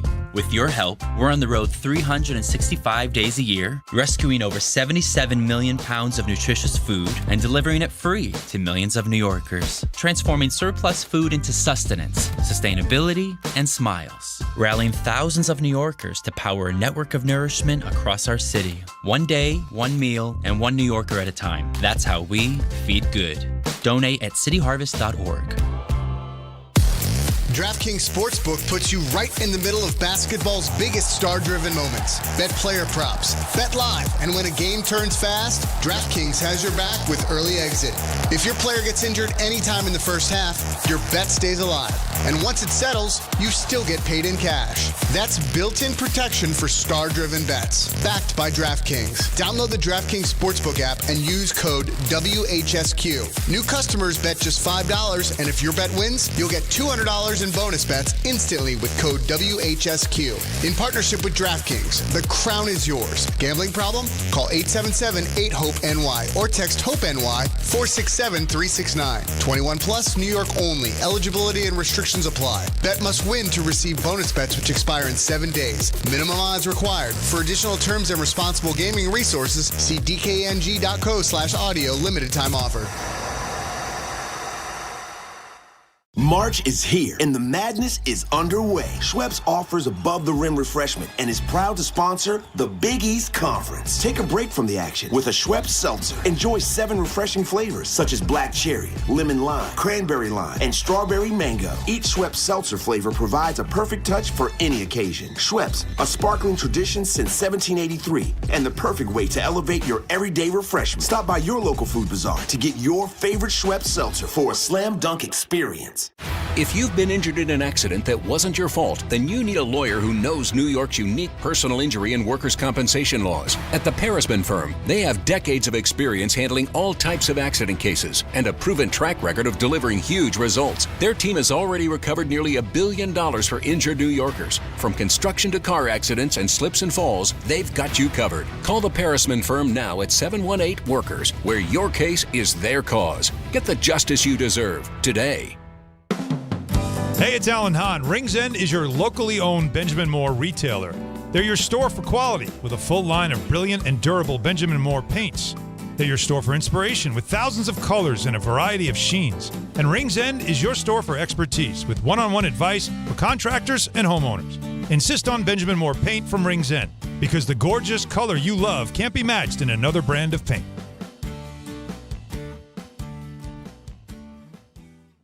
When you tell someone what team you cheer for, do they apologize? Does your first childhood memory involve crying on a Jumbotron? Then you may be a fan of a BST or bad sports team. Luckily, when you bundle your home and auto insurance with Progressive, you're protected from things like fire damage caused by violently unplugging the TV. Or an accidental overhand left to the drywall. Visit Progressive.com today. Progressive Casualty Insurance Company, affiliates, and other insurers. Covered subject to policy terms. Not available in all states or situations. Hey, it's Rich Eisen for Pella Windows and Doors. Sometimes teams take a timeout to regroup and call the right play. When it comes to your home, Pella Windows and Doors always has the winning game plan. They do it every day, and that's why your neighbors trust them. Visit Pella.com/Eisen today. Right now, Pella Windows and Doors of New Jersey is offering 25% off windows and doors and 0% APR for 24 months. Some restrictions may apply. See store for details. Offer ends February 28th, 2026. NBA fans don't just watch the game, they live it. So stream like you're courtside with NBA League Pass, your ticket to all the action. Watch your favorite team shine and catch the league's brightest stars and rising stars at the same time with multi-view on your favorite devices. From the plays you can't believe to the most live games and the drama that comes with it. If it happens on the court, it's happening on NBA League Pass. Only select out-of-market games available. Blackout restrictions apply. Additional charges and other conditions may apply. Visit NBA.com/subscriber agreement for full terms and conditions.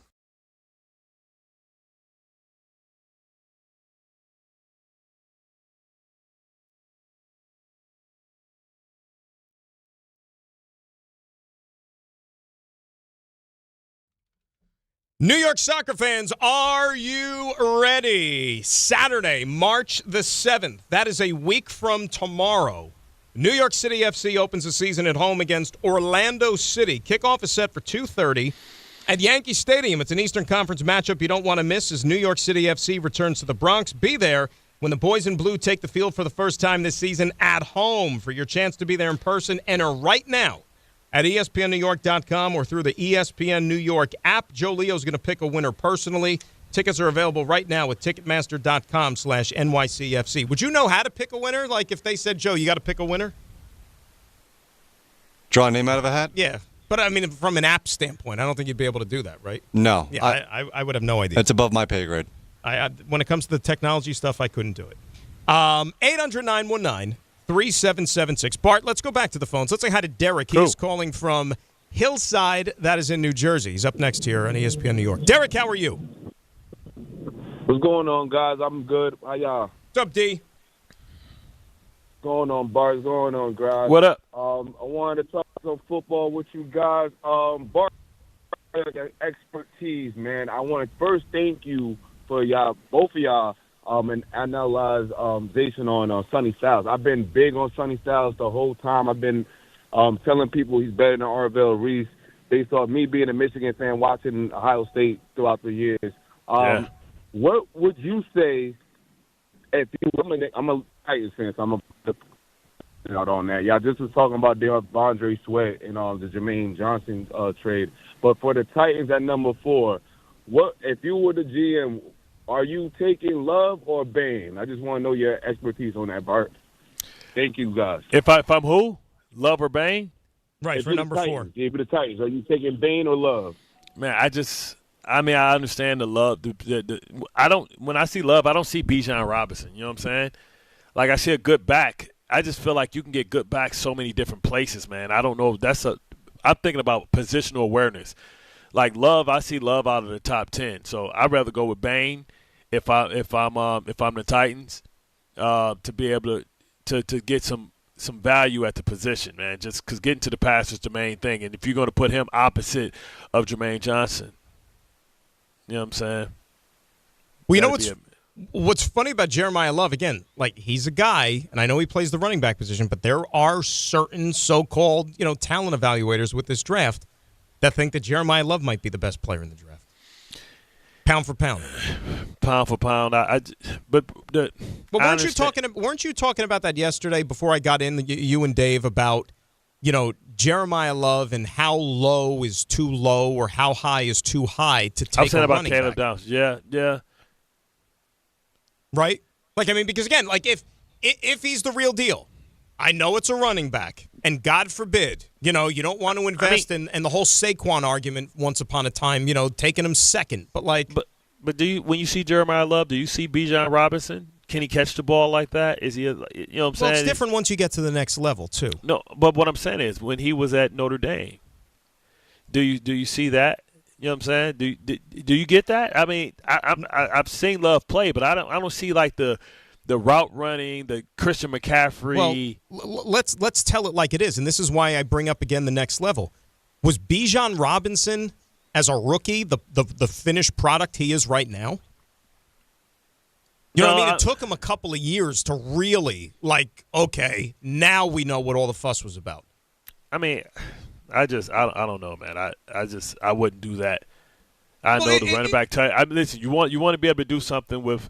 I mean, I'd rather pay ATN to get 4 good years of productivity. By the way, Travis Etienne, let me just say this, and I'm not advocating to go get him one way or the other. Travis Etienne, sneaky durable, sneaky productive so far in his NFL career. People sleep on him because he was in Jacksonville, and they're not paying attention to Jacksonville. And the coaches that they had for a couple of years was horrible. Correct. Like they wanted to get rid of him the year before Liam Cohen came. If you put, for example, Travis Etienne and Breece Hall side by side, Breece Hall might be the more popular name, but from a production standpoint, Travis Etienne, you might be getting the same amount of production, and he's going to be cheaper than what Breece Hall is going to get you. I'm just saying, and I think Breece is great, and I want Breece Hall to stay on this team, but I'm just saying, Travis Etienne produces. Yeah, man. We saw him front and center last year. Well, I mean, my God. that was anybody would have scored that day. They could have picked the guy out of the 5th row and put him in a Jaguars uniform, and he would have found the end zone that day. Defense was optional. But, it's funny because Derek called, he's a Titans fan. I'm looking at Tennessee right now, and I know that they got Cam Ward, okay? They don't have a hell of a lot around them in terms of skill position talent, like nothing. That's why I don't know if it's going to be Jeremiah Love, but they need help offensively. They got to give this guy a chance. They're probably going to cut Ridley. What's the point of Calvin Ridley at this point in Tennessee? He's like 32 He's 32 now. Let him go do his gambling on the side and prop bets or whatever. He'll be happy with that. But they need real weapons for him, real weapons. And I don't know if I told you this. That's why I thought Breece Hall. That's what I'm saying. Don't play with Breece Hall because it's just solid coming. No, I don't think putting Breece the band Hall, back together. Breece Hall don't want to go back into that situation again. But Cam Ward ain't a bust though. Cam Ward, you know what a couple of guys told me who were close to that program last year. Okay, they said that there's nothing wrong with Cam Ward. It's just that he was so miscast in the offense that he was in last year with that previous coaching staff. They wanted him to basically get the ball, get rid of the ball. Get the ball, get rid of the ball. He's a dude that needs to air the ball. He's airing out. Yeah. But remember, he was no risky, no bisky. He's basically Caleb Williams, run around and throw the ball deep. You know what I mean? And that's what the Callahan, when he was there, they didn't want him to do that. So you're taking away from his skill set, which goes back to the whole coaching thing and putting guys in the best position to be successful. They weren't doing that in Tennessee. But maybe they'll get that thing fixed now. Who's Sal? Oh, it's they got rid of Dable. Yeah. I have to think who the offensive coordinator is now. So he's going to be So this is going to be a solid offense. But he got rid of he got rid of the center, Cushenberry. They released him. They cut him. Yeah, they cut him last week. Yeah, that'll save money. I like Cushenberry coming out of college. Well, he was a productive player. Right, like you said, his best days were probably in Denver, but he spent a lot of they spent a lot of money to get him. Still young. The thing about that though, okay, and maybe they're looking at this a different way. If you have a young quarterback, you better put a freaking line in front of him. I mean, Saleh could be the first one to attest to that. You better give an offensive line in front of a young quarterback if you want him to flourish. So do you go Fant or Mendoza? I mean, Mal Noah. Their tackles right now, remember, J.C. Latham was a first-round pick in 24 out of Alabama, and he hasn't lived up to it necessarily. He moved to a guard, right? No, he's playing right tackle now. Playing right tackle. You got Zeitler, who's still there at guard. Their left tackle is Dan Moore, who they signed from the Pittsburgh Steelers. Got you. They could be in the market for a guy. Yeah, they might spend money on John Simpson or Vera Tucker. Forgot about Peter Skoronsky, too. He was at a Northwestern. Northwestern. And he hasn't had a great start. They moved him to guard, right? He was One a of them guard. they moved inside, right. So, he was a tackle, and they moved him to guard. And I thought he was going to be, versatile. He could play any position. He was going to be a stud, but he hasn't exactly had a great, boom to his career yet. You thought about Vera Tucker? Yeah, I've thought about Vera Tucker. Absolutely. No, what I'm saying is Salah. Oh, yeah, of course. Or John Simpson. Hey, Salah saw it first up close and personal. If they are going to make a run at AVT, you play him inside. Of course. Left guard, right guard. The 2 games he got hurt as a Jet to end his season, he was playing right tackle both of those games in Denver. All right, let's get a quick timeout. 800-919-3776. A lot of things we got to get to. We're going to have a sideline to sideline. We'll get into a little spring training baseball and the Knicks as we wrap up the final 60 minutes. It's Dan and Bart, B&C, right here on ESPN New York. 880 ESPN, WHSQ, and WCBS-FM HD2, New York.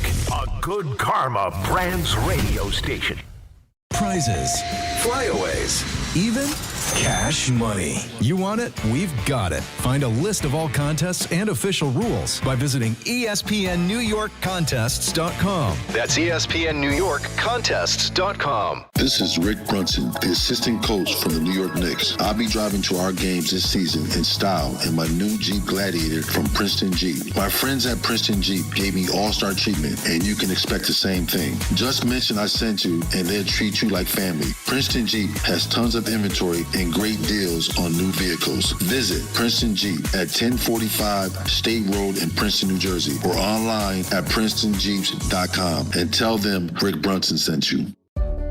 Ox Spine at New York Presbyterian is always in pursuit of a better way to heal the spine. We're getting more people moving again with minimally invasive, non-surgical, and surgical treatments with innovative solutions for every back and spine condition and your unique needs. Expert spine care is available now across New York City and Westchester. Find a doctor at nyp.org/oxspine. Stay amazing. New York Presbyterian.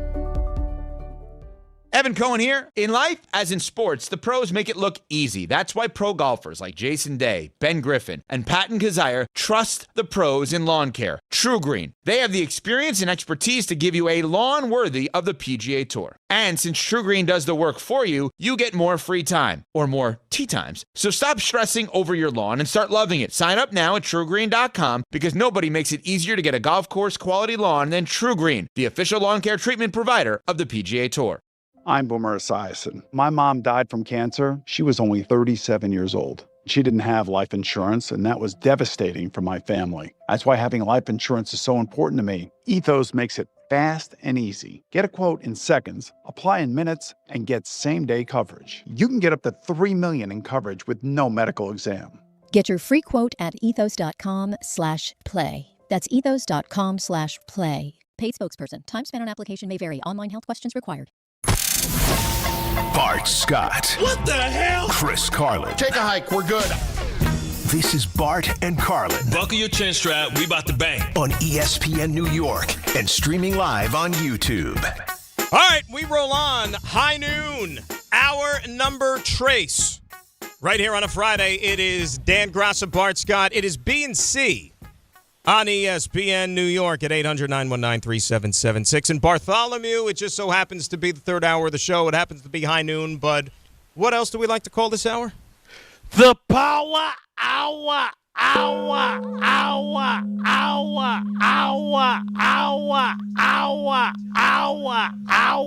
Now, I hate to do this because I think the world of this gentleman, as I always do. But I now I can't go a day without having to hear again the Tom Bauer attempt at the Power Hour from, what was that? Was it Monday, Wednesday? I can't even remember what day it was.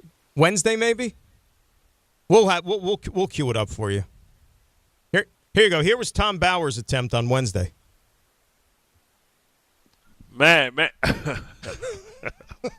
He went way too high, too fast, too deep, too strong. Man, it's like he was running the mile and he sprinted the first 100. It's like this, okay? When you're a pitcher and you go out to the bullpen or you go out to the outfield to long toss and to warm up before your start, you don't throw your hardest pitch with the first toss, right? You gradually build yourself up to where you could start throwing the fireball. Tom basically kicked back, and he threw, 98 high and tight with his first warm-up pitch. It's like you blow your arm out. Like Wild Thing. Like Wild Thursday Thing. Power Hour. Like when you go as high as you can, the second one can't be high. That's why truth be told, that's why he's not in today. Because he blew out his pipes just from the power hour thing. He couldn't even get out of bed today because he's got no vocal cords. They're done. Oh my! It hurts just like hearing that, knowing the strain he put himself through. It's the power. I told you, he's like Mr. T, man. I pity the fool. I pity the fool. The fool. The fool. I love Tom. All right, we'll do sideline to sideline coming up in about 15 minutes, though. Knicks tonight. You hear the game on ESPN 880. They take on the Milwaukee Bucks coming up a little bit later on this evening. What's the deal with Giannis? Is he in or out tonight? Do we know that? Still on the mend, right? Or is he going to be back? No, he's not playing tonight. He's out. Yeah, he's got to be out. All right, look. Bart, I don't think I'm telling tales out of school. Knicks should win this game. Right? Especially coming off the performance they had a couple of nights ago in Cleveland. Knicks should win this game tonight. They should. They better. They got to keep pace, man. That's what it is. Now, once upon a time, Milwaukee was one of those games that we like to talk about as, you kind of judge yourself based upon certain opponents. That was the Bucks. That's not the Bucks right now. They might sneak into the play-in tournament, but I don't think they're going to be any sort of a threat, even when Giannis gets back into the mix. But now, this is a game the Knicks should win. But you can't have one of these scheduled we came out flat days. No. Because it's going to come back to hurt you. And like I said, we're trying to avoid that fourth seed. And Mike Brown, I saw Mike Brown talking after practice yesterday, discussing some of the things that, he feels that the club has that's maybe holding them back right now. That'll put them back into the conversation of being a, quote-unquote championship contender. I don't know if we have any of those in our system, but, all like the little things, the details. Not necessarily, shooting, rebounding, defense. Talking about, like, all those other things that bring a club together. Like, the coach speak, if you will. I mean, that's fine.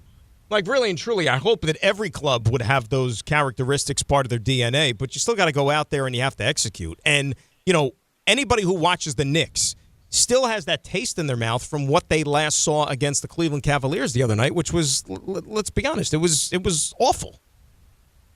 It wasn't an honest day's work. Yeah, I mean, and that's a team that you may have to see as well. And, this is a team that's getting better, so that's another team that's in the mix. We already know Boston is a threat. We know the Pistons are a threat. And now the Cavs could be a legitimate threat. Cleveland-Detroit tonight, by the way, on ESPN, 7 o'clock if you want to check that out on TV. So your guys are going to be taking on Cleveland. Here's what I was referring to with Mike Brown. He was asked if he still believes that this is a championship team, same way he did after the Knicks won the NBA Cup. I truly believe it. I truly believe it. Now, having said that, there are things that got to go right. You got to be injury-free. You got to be playing your best basketball. You have to be connected.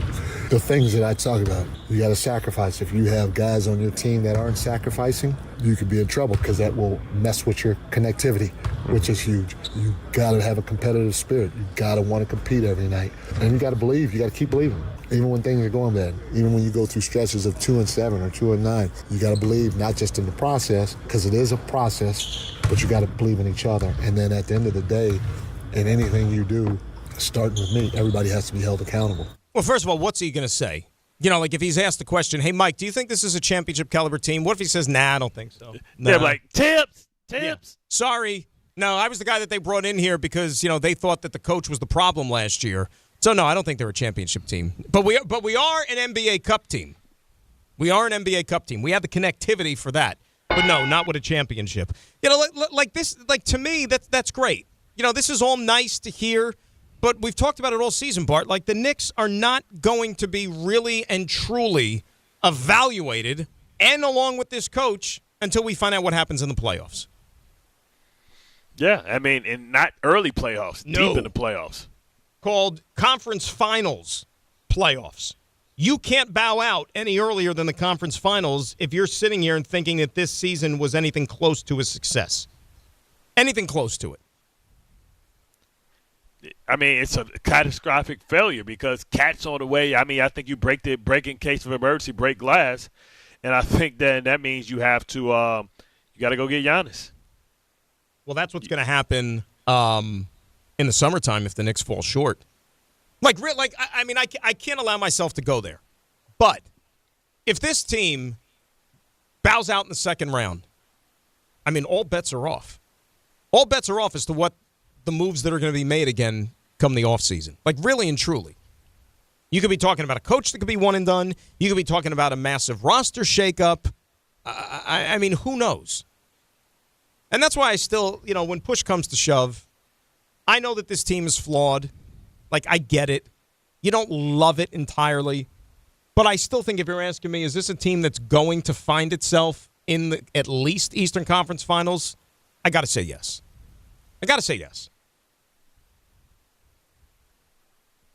Otherwise, I mean, I'm stunned. I mean, this would be a joke if, they get knocked out in the second round.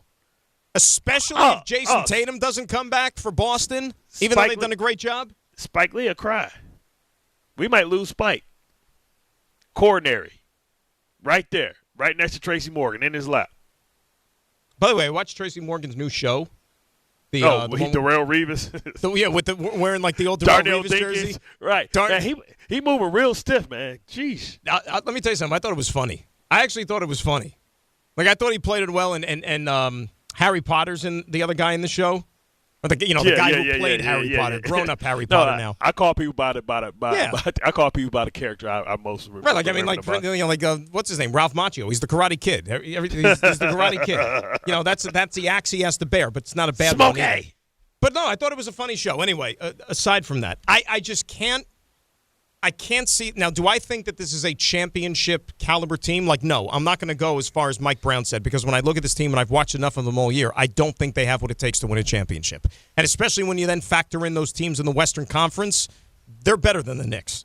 I mean, let me ask you a question. How many teams right now would you say out west, you put ahead of the Knicks?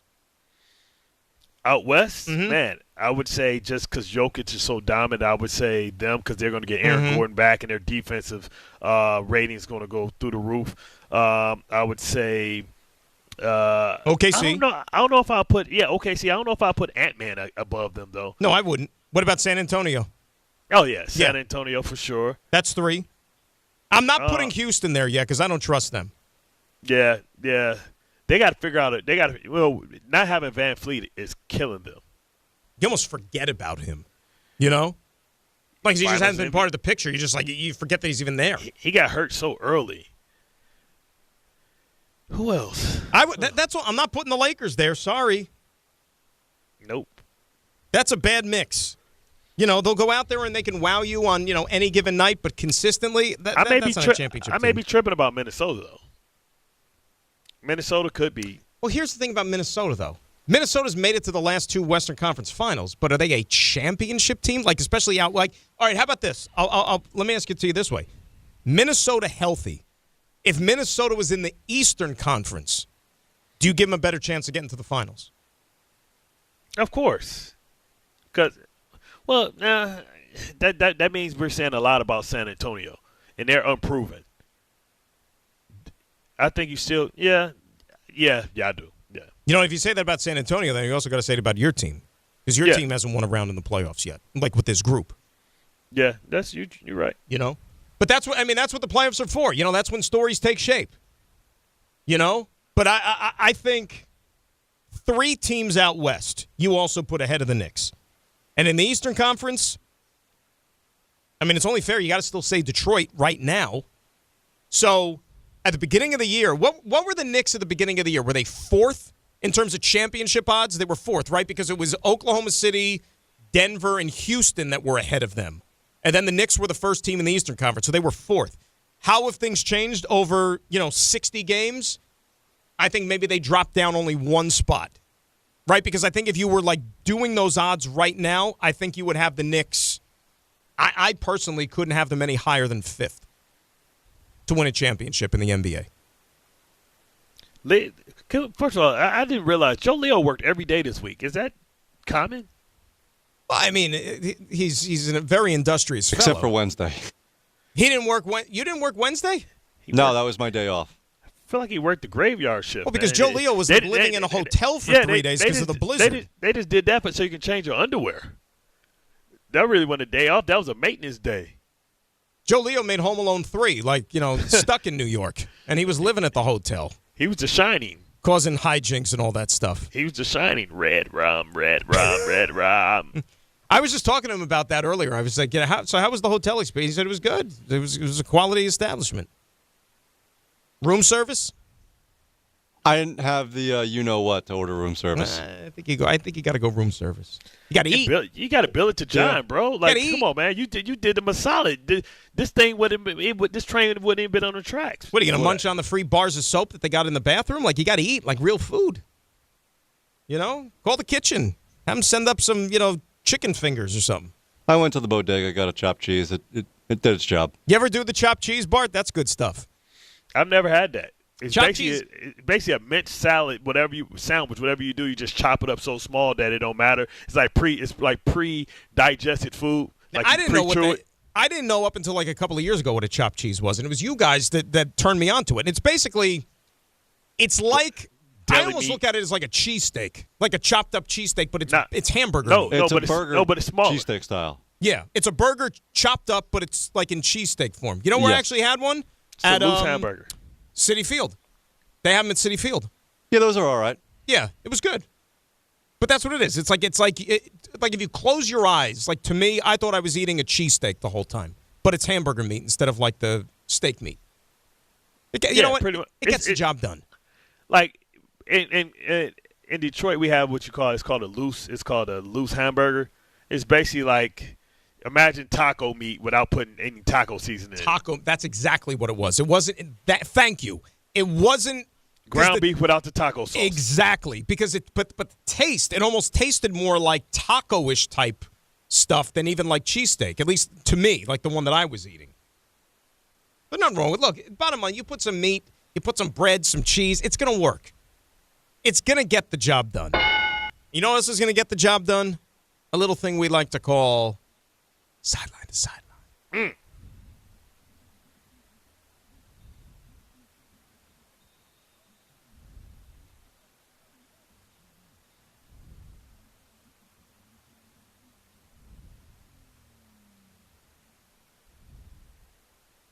All right, time now for a little sideline to sideline. And doing the honors for today's edition of Sideline to Sideline is Joe Leo. Yes, it is, and we will. I wasn't sure. That's why I said it that way. I was like, I'm Ron Burgundy? Like, question mark? Like, I didn't know. Yep, I'm taking over duties, and we will go to the Combine because, boy, is there a lot to talk about with the Combine. We will start with Peter Schrager. He was on Get Up, talking about the Jets at number 2. I am sitting here in the building at Lucas Oil, and all the defensive linemen are walking by me as we speak behind the camera. And I'm going to tell you this in a whisper because I don't want to offend anybody. This isn't the best draft to have the number 2 overall pick because there's no slam dunk number 2 overall pick. I got to be quiet. If Arvell Reese sees me, I don't want him to come after me. But truthfully, this is one of those weird years where usually there's like a quarterback prospect, and then you got a Myles Garrett, or then you got an Aiden Hutchinson. This might not be that. So you could see a Caleb Downs be elevated to number 2. You could see a Carnell Tate go up all the way to number 2. This is one of those drafts where it's to each his own. There's 31 flavors. You might like David Bailey more than you like Reese, so then take Bailey. There is no slam dunk at any of these as like a Hall of Fame prospect. Myles Garrett isn't in this draft. Joe Thomas isn't in this draft. And there certainly isn't that wide receiver or cornerback in this draft. So it makes it a really tricky spot for the Jets and the Cardinals, who obviously would love to be entertaining the Fernando Mendoza conversation. They sit at number 2, number 3, and it's like, okay, so I guess we like this guy. This is why the workouts matter and why the drills matter and why the interviews matter, because maybe one of these prospects can razzle dazzle and perform and really make their case for why they belong to be the number 2 and number 3 picks off the board. See, I slightly disagree with that. And what he's essentially saying is, Bart, is that there's only one quarterback in the draft. Not that, no disrespect to any of the other positions. What he's basically telling you is that there's only one quarterback in the draft that a team would go hot and heavy to move up and get. Doesn't mean there's still not going to be some quality players, maybe even some Hall of Famers that you could get at number 2 like we've been talking about. Yeah, but as soon as you think that it's not any great players, that's when you get surprised by players that end up being great. Exactly. Just because you assume that they weren't college great players, doesn't mean they won't be great players. And nobody was like, look at all the players that have fallen over the last couple of years. You know what I'm saying? Like, Michael Parsons wasn't a guy that we thought was going to come change and be a generational pass rusher like he was. Aaron Donald was a guy that wasn't even, sought after as somebody that so many people passed on him, right? So you never know who's going to be that great player. It's just that we've become so engulfed in the quarterback culture that it's got to be because he brought up the wide receiver in the corner. How often is a wide receiver or a corner in the last whatever years gone number 2? Because you know what? If I say, I like a wide receiver, I'm going to take him second, somebody's going to tell me, no, wide receivers are a dime a dozen. You shouldn't take one that high second overall. 4 or 5 is okay, but God forbid you take him with the number 2 pick. Hey, man, you never know who's going to be great, and you take whoever you think. Story changes from year to year. That's the bottom line. Yeah. So and I always say, too, guess what? You know what? Believe in your scouting. You did all the work. You put in all the time. If you believe in your heart of hearts that this guy's going to be a gold jacket guy, then take him second. I don't care what position he is. You shouldn't. This is the thing. You never know. Right, you get them in your system, you work them in your system, you coach them up, you get a farm system, and it's about that. Like Ed Reed, I remind everybody, Ed Reed was taken in the 20s. You guys took Brian Thomas here before you took Ed Reed. You passed on him, and a lot of other people passed on him too. From Alabama, from UAB. Yeah, I mean, and Lamar Jackson was. They had to move back in to get Lamar Jackson.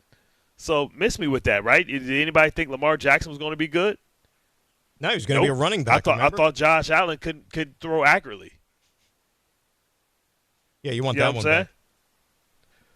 But none of those guys got the brass ring like our buddy Sam does. That's right. He got the last laugh. Oh, man.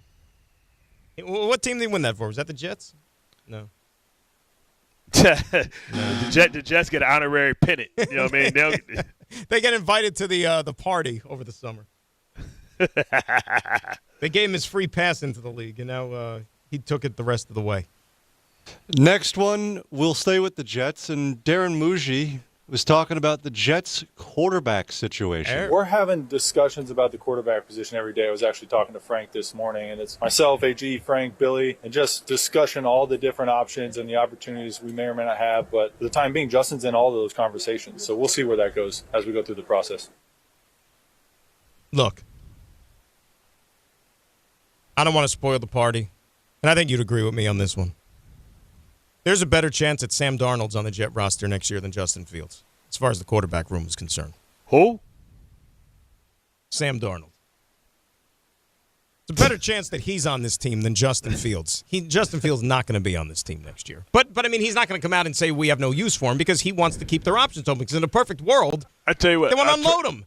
I'll trade you. I'll give you Justin Fields. You take that contract. We'll take Anthony Richardson. Oh, my gosh. Yeah, I don't. That's like you want the electric chair or do you want lethal injection? The choice is yours.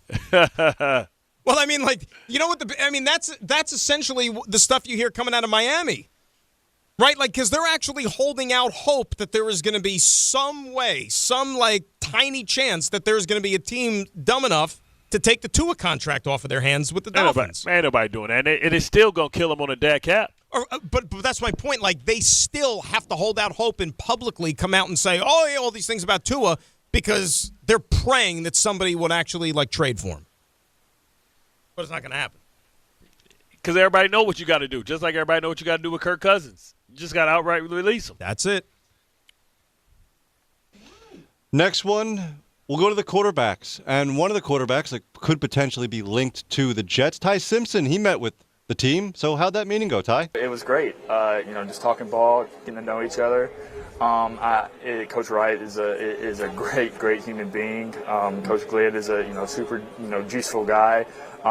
Installing some stuff and getting to know each other and just getting on the board is what I like. So I really love the Jets. Really blessed to be able to have a meeting with them. And if I have an opportunity to play in New York, that like I said, they're going to get the best Ty Simpson they can get. All right, I don't want to be that guy, but I'm going to be that guy.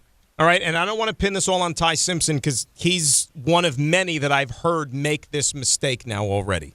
If you're going to be with the Jets, and I'm not saying that he's going to be, but in general, anybody, even if you're going to talk about the Jets, play that again real quick and listen to who he referenced as, one of the members of the Jets coaching staff. Go ahead. It was great, just talking ball, getting to know each other. Coach Wright is a great human being. Coach, it's not Coach Wright.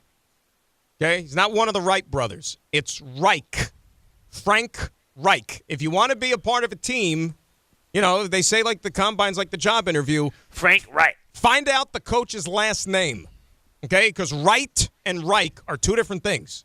So I just want to give that little, heads up to Ty Simpson there and anybody else who might be drafted to play on the offensive side of the ball for the Jets. Frank Reich. It's like me saying, Bart Smith. It's not his name. Frank Reich. Yeah. Frank Reich. Not right. No, it's right. Not right. If it's right, you're wrong. Reich. Yeah, exactly. If it's right, you're wrong. I couldn't have said it better myself. Thank you. Last one here. Fernando Mendoza was talking with our friends over at CBS Sports, and he was asked, what's the craziest question that you were asked in one of the interviews? One about, hey, I don't know what I can say. It was, hey, maybe you should get arrested. And I was like, I was a little confused, but then it was like the slide. So hopefully I don't get arrested. I don't get that one. So you can slide in the draft. Can you tell us who said that? It was not one of the teams I had a formal interview with, so I'm not gonna. I don't want to expose the team. What? What? Like, what was that?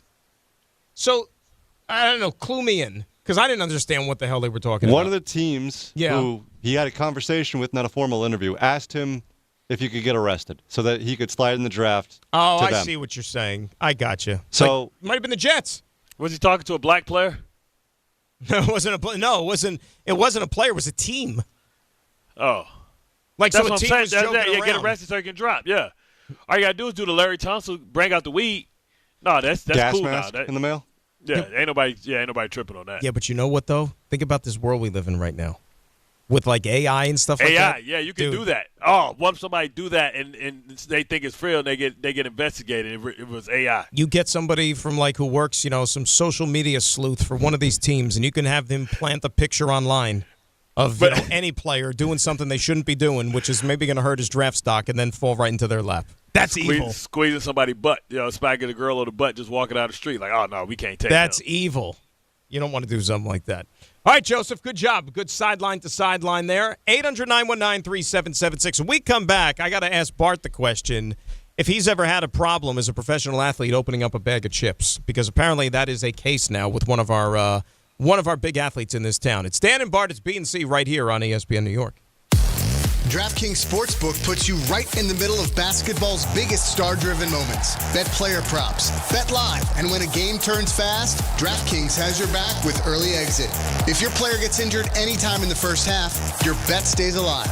And once it settles, you still get paid in cash. That's built-in protection for star-driven bets. Backed by DraftKings. Download the DraftKings Sportsbook app and use code WHSQ. New customers bet just $5, and if your bet wins, you'll get $200 in bonus bets instantly with code WHSQ. In partnership with DraftKings, the crown is yours. Gambling problem? Call 877-8-HOPE-NY or text HOPE-NY 467-369. 21 plus, New York only. Eligibility and restrictions apply. Bet must win to receive bonus bets which expire in 7 days. Minimum odds required. For additional terms and responsible gaming resources, see dkng.co/audio. Limited time offer. March is here, and the madness is underway. Schweppes offers above-the-rim refreshment and is proud to sponsor the Big East Conference. Take a break from the action with a Schweppes seltzer. Enjoy 7 refreshing flavors, such as black cherry, lemon lime, cranberry lime, and strawberry mango. Each Schweppes seltzer flavor provides a perfect touch for any occasion. Schweppes, a sparkling tradition since 1783, and the perfect way to elevate your everyday refreshment. Stop by your local food bazaar to get your favorite Schweppes seltzer for a slam dunk experience. Finding great candidates to hire can be like, well, trying to find a needle in a haystack. Sure, you can post your job to some job board, but then all you can do is hope the right person comes along, which is why you should try ZipRecruiter for free at ZipRecruiter.com/ESPN. ZipRecruiter doesn't depend on candidates finding you. It finds them for you. Its powerful technology identifies people with the right experience and actively invites them to apply to your job. You get qualified candidates fast. So while other companies might deliver a lot of hay, ZipRecruiter finds you what you're looking for. The needle in the haystack. See why 4 out of 5 employers who post a job on ZipRecruiter get a quality candidate within the first day. ZipRecruiter, the smartest way to hire. And right now, you can try ZipRecruiter for free. That's right, free at ZipRecruiter.com/ESPN. That's ZipRecruiter.com/ESPN. ZipRecruiter.com/ESPN. ZipRecruiter. Monkey Sports, built by players for players, is your one-stop shop for hockey, baseball, lacrosse, and more. Find top-name equipment and expert in-store services like sharpening, break-ins, and relacing. Shop in-store at Monkey Sports in Farmingdale or Woodbridge, or online for all the top brands. Whatever your sports, Monkey Sports gets you game ready fast. Monkey Sports, where athletes shop. Mornings with DiPietro and Rothenberg.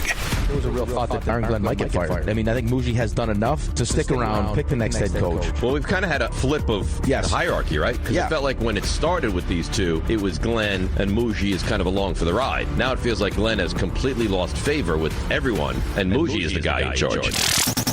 DiPietro and Rothenberg, morning 6 to 10 on ESPN New York and streaming live on YouTube.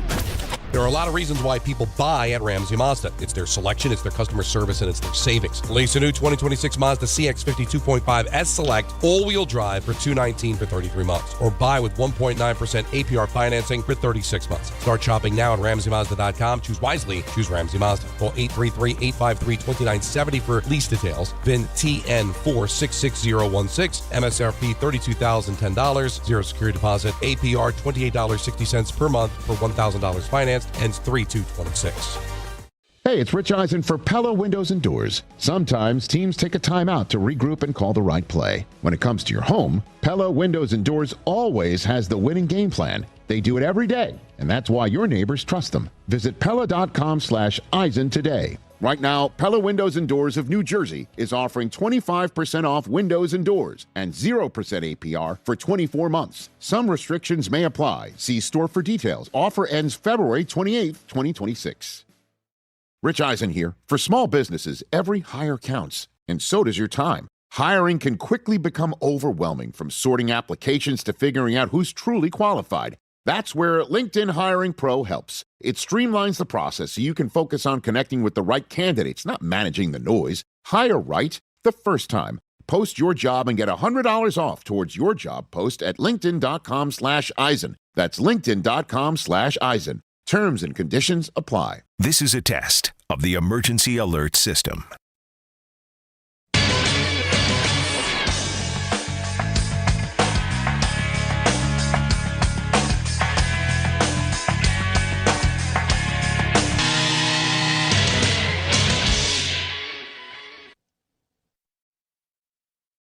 '17th-ranked St. John's looks to get back on track when they host Villanova at MSG. Coverage begins tomorrow at 7:40 on 880 ESPN and the ESPN New York app.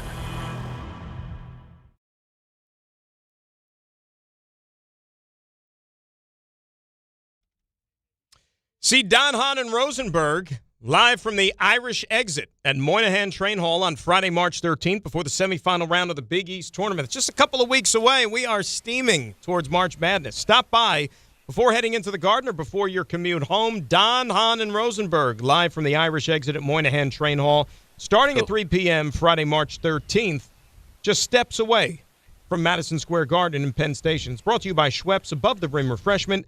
Feel the madness and refresh your game with a Schweppes Seltzer or Schweppes Ginger Ale. Sam Adams and Sun Cruiser Vodka Iced Tea, available at Bourbon and Branch and Taylor Pub. Must be 21 or older to purchase. Please drink responsibly. It's Dan and Bart here on ESPN New York at 800-919-3776. I talk about the Big East tournament and stuff like that in a couple of weeks. Here's your ideal scenario, okay? Obviously, you want to get the top three as part of the semifinal night on Friday, part of that Final Four. So UConn, St. John's, Villanova. You got to get those three if you want to really create like an awesome environment on that Friday night. And then throw in whoever the hell you want for the fourth team. I mean, realistically speaking, Seton Hall's the next best team, and they obviously were a local team, so they'd pack the place. But I'm just trying to think, okay, like if it's not them. Making it visit. Yeah, like, I mean, Georgetown's not very good, but Georgetown has a fan base. They would travel. You know, hell, if you want to have the local floor, why not? What's that? Butler always packs the place. They have a good contingent. A little bit, but I think expectations. See, here's the problem with the Big East this year. The Big East is not good. No, not like it was last year. No, not even. So that's the problem. Like, I don't know how many of these fan bases are going to make the trip to New York for this tournament because I don't think their teams could go deep.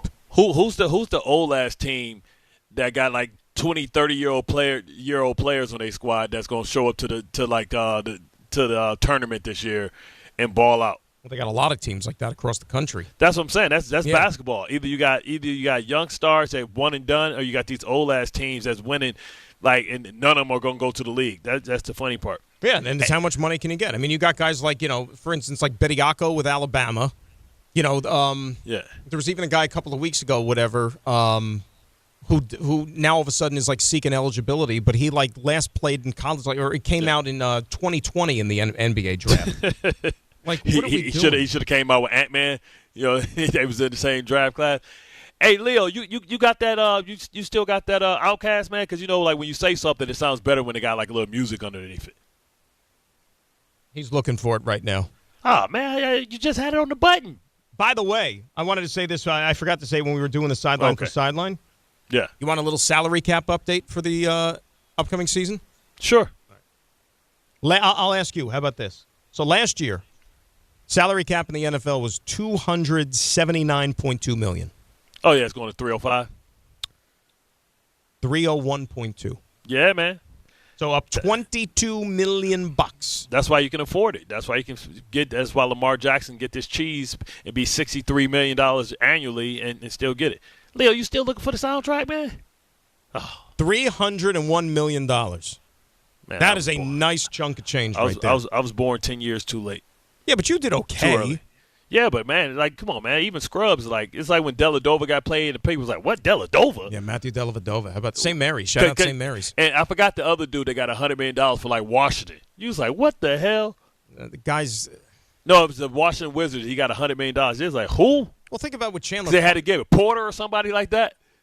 Yeah, Otto Porter. Otto Porter. You was like, what the Wasn't hell? Otto Porter Jr. like the third pick in the draft, like overall? Yeah.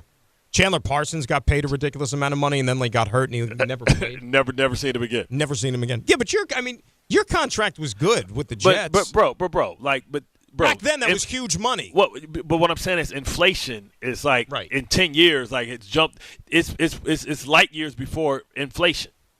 You know what I mean? A $8-9 million linebacker back in the day is now $18-20. I know. That's almost a 50% jump. But here's what I'll in your case though, and I'm not getting in your pocketbook or anything, but if I'm not mistaken, you saw every penny of that contract, didn't you? I did. No, I started 6 years. It's always a dummy deal. Wait, did you start with a 6-year?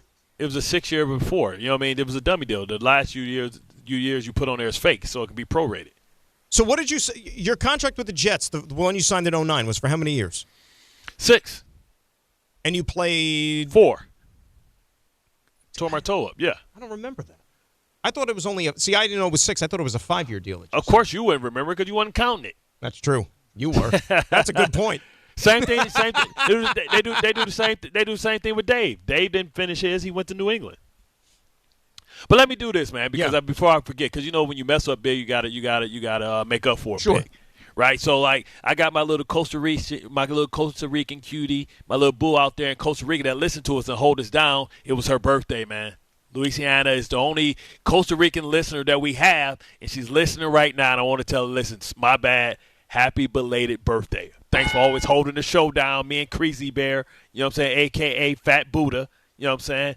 That's the only meter that we hit that's in Costa Rica is that one, because she's the only person that's listening. So feliz cumpleaños to Louisiana, right? See? Yup, there you go. I got Miss Sanchez. Not to be confused with Marquis Sanchez, no relation. Now, he ain't doing too good these days. She got like eight names. By the way, speaking of, because you just brought him, when is he due back in court, Sanchez? When is the next one there? That is a smooth transition. You like that? Well, I mean, you brought it up. Yeah, you know what, man? That's my guy, man. And listen, I haven't reached out to him, and I feel bad. You know what I'm saying? I wouldn't reach out to him because they could use that against him in court. No. What I'm saying is I love him. You know what I'm saying? That's my guy, man. And I don't know what happened.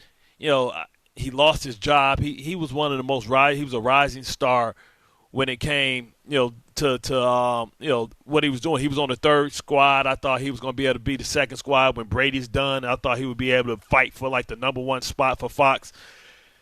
And one night, one decision can ruin everything, man. So I hope that. No, it's sad. It's tragic. It's awful. And the thing is, we don't even know the details. He could have lost his life, but then when you see the older gentleman, you're like, what the hell happened? And when this happens, all these details are going to come out, and people are going to make judgments, and I just feel bad for my friend. What's anytime like people talk about Mark, apart from this, just like strict football. What's amazing to me, like even before all that stuff went down in Indianapolis, right? The crazy thing about Mark is that, like, if things went a certain way, like he could actually still be playing.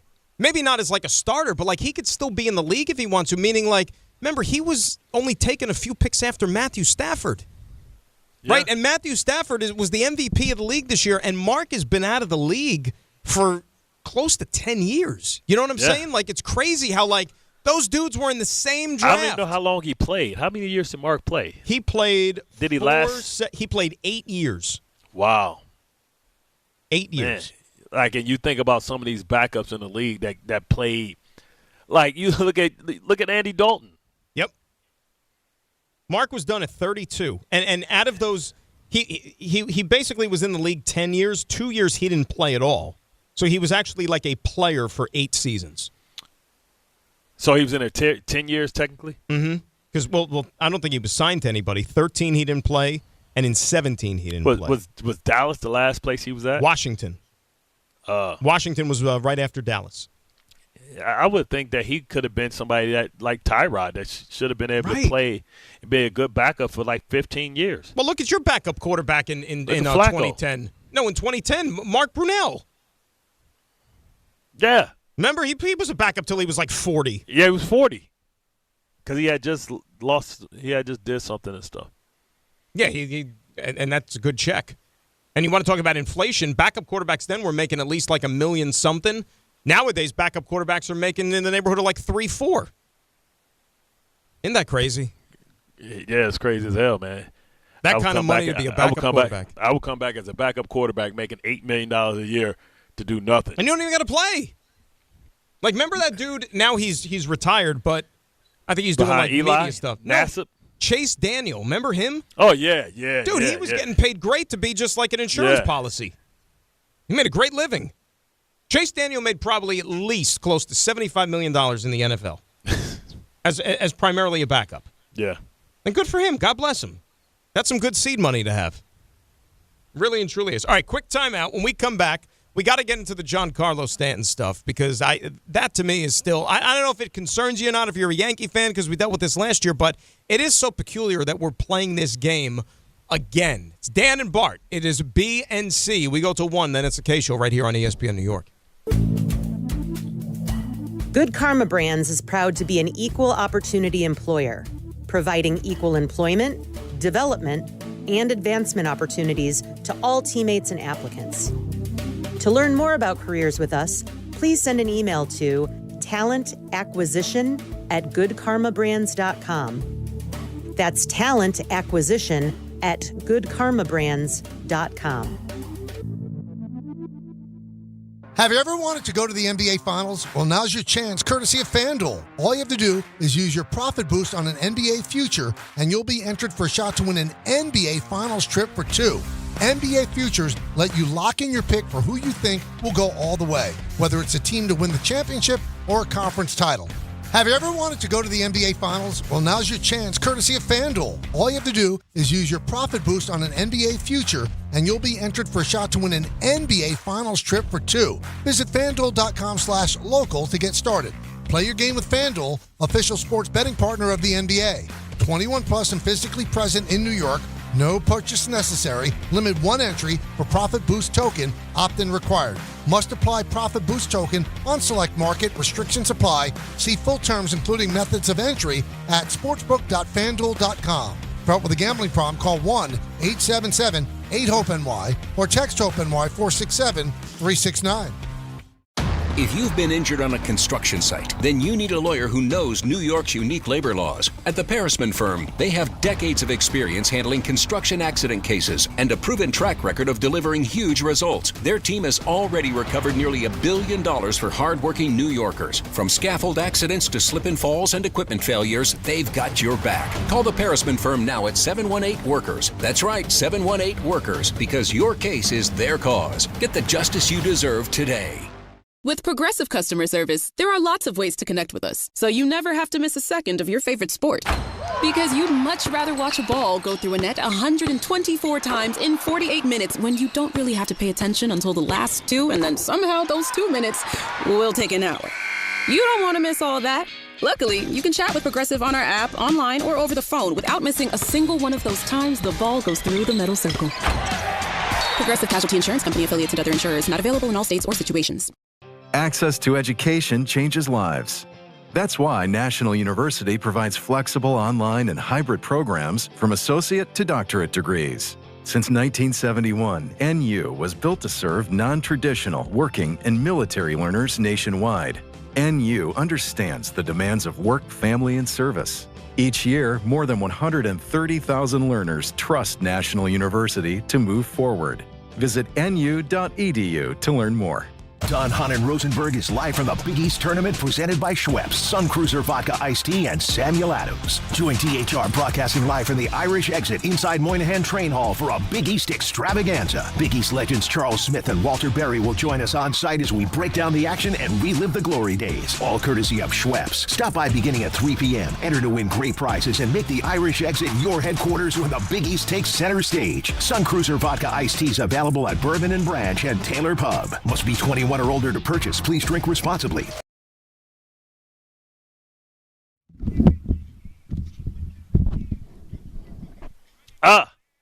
Yeah. 2, 3, 5, 8, 1, 2, hey, yo, let's go. Just got paid Friday night. Party's jumping. Feel alright. Booty shaking, dance to the beat. Oh, yeah. Yes, the snow is finally starting to melt after getting buried in twice. We thought we was visiting the shining red rum, but the sun will come out tomorrow. And I tell you what, man, I hope it continues to melt. I hope this is the last big snow, but I know we're getting snow next week. But I'm hoping it's the snow we got not too long ago, and it's starting to melt it out. Hello? I got you. Oh, I thought you guys saw you. You know what I did? I'm looking at you live, and I forgot it's delayed, so I see you moving around. Yeah, I'm like, hold up. I'm like, what is he talking about? Like, he can't hear me? Like, he don't hear me talking about this weekend? We got the Knicks this weekend. That's the only thing that matters. We got the rest of the combine. We get to watch some of the quarterbacks. Maybe we can get us a scrappy, Brock Purdy type. We got the D linemen already done. We got the running backs. Maybe we can find, just in case Breesy goes somewhere, but I think the Giants need a good running back. Maybe they can find a secret, a hidden gem, like when Harbaugh found J.K. Dobbins. Maybe Saturday. we find Yeah, Saturday's quarterbacks, running backs, wide receivers. Yes, and that's what we're looking for. We're looking for a receiver at number 16 so we can go get somebody opposite. Listen, I saw like a little thing on Instagram. They showed like Garrett Wilson, I Mitchell, and forgot the other kid. They all ran like 4 threes. Mechie? No. It's like somebody that's been there. Chris Anchor or somebody. Who's the guy that got hurt last year? The Jets had a little speedster before. They had them all up there with the simulcast. And they had them running in a well, you just got to go to the Jets. Not Xavier Gibson? Nope.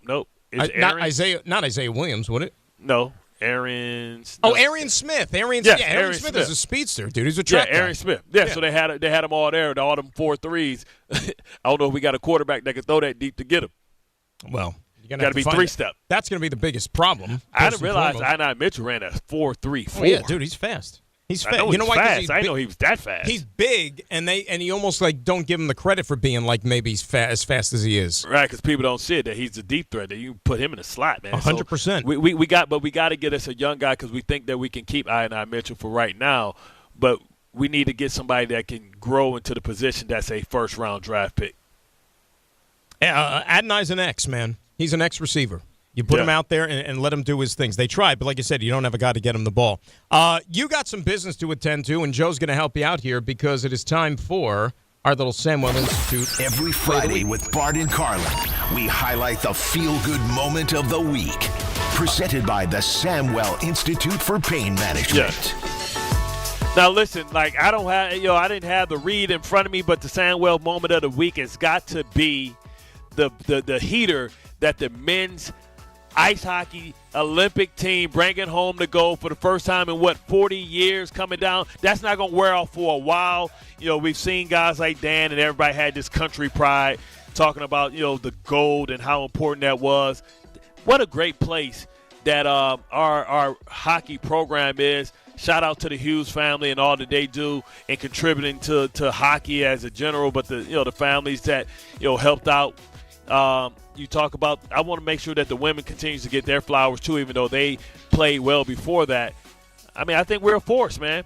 Now, if we can just get this Olympic or this World Cup / men's soccer team to step up, because the women's soccer team holding it down as well, to step up, man, we'll be in a better place. Okay. So that's the Samwell feel-good moment of the week, brought to you solid gold, man.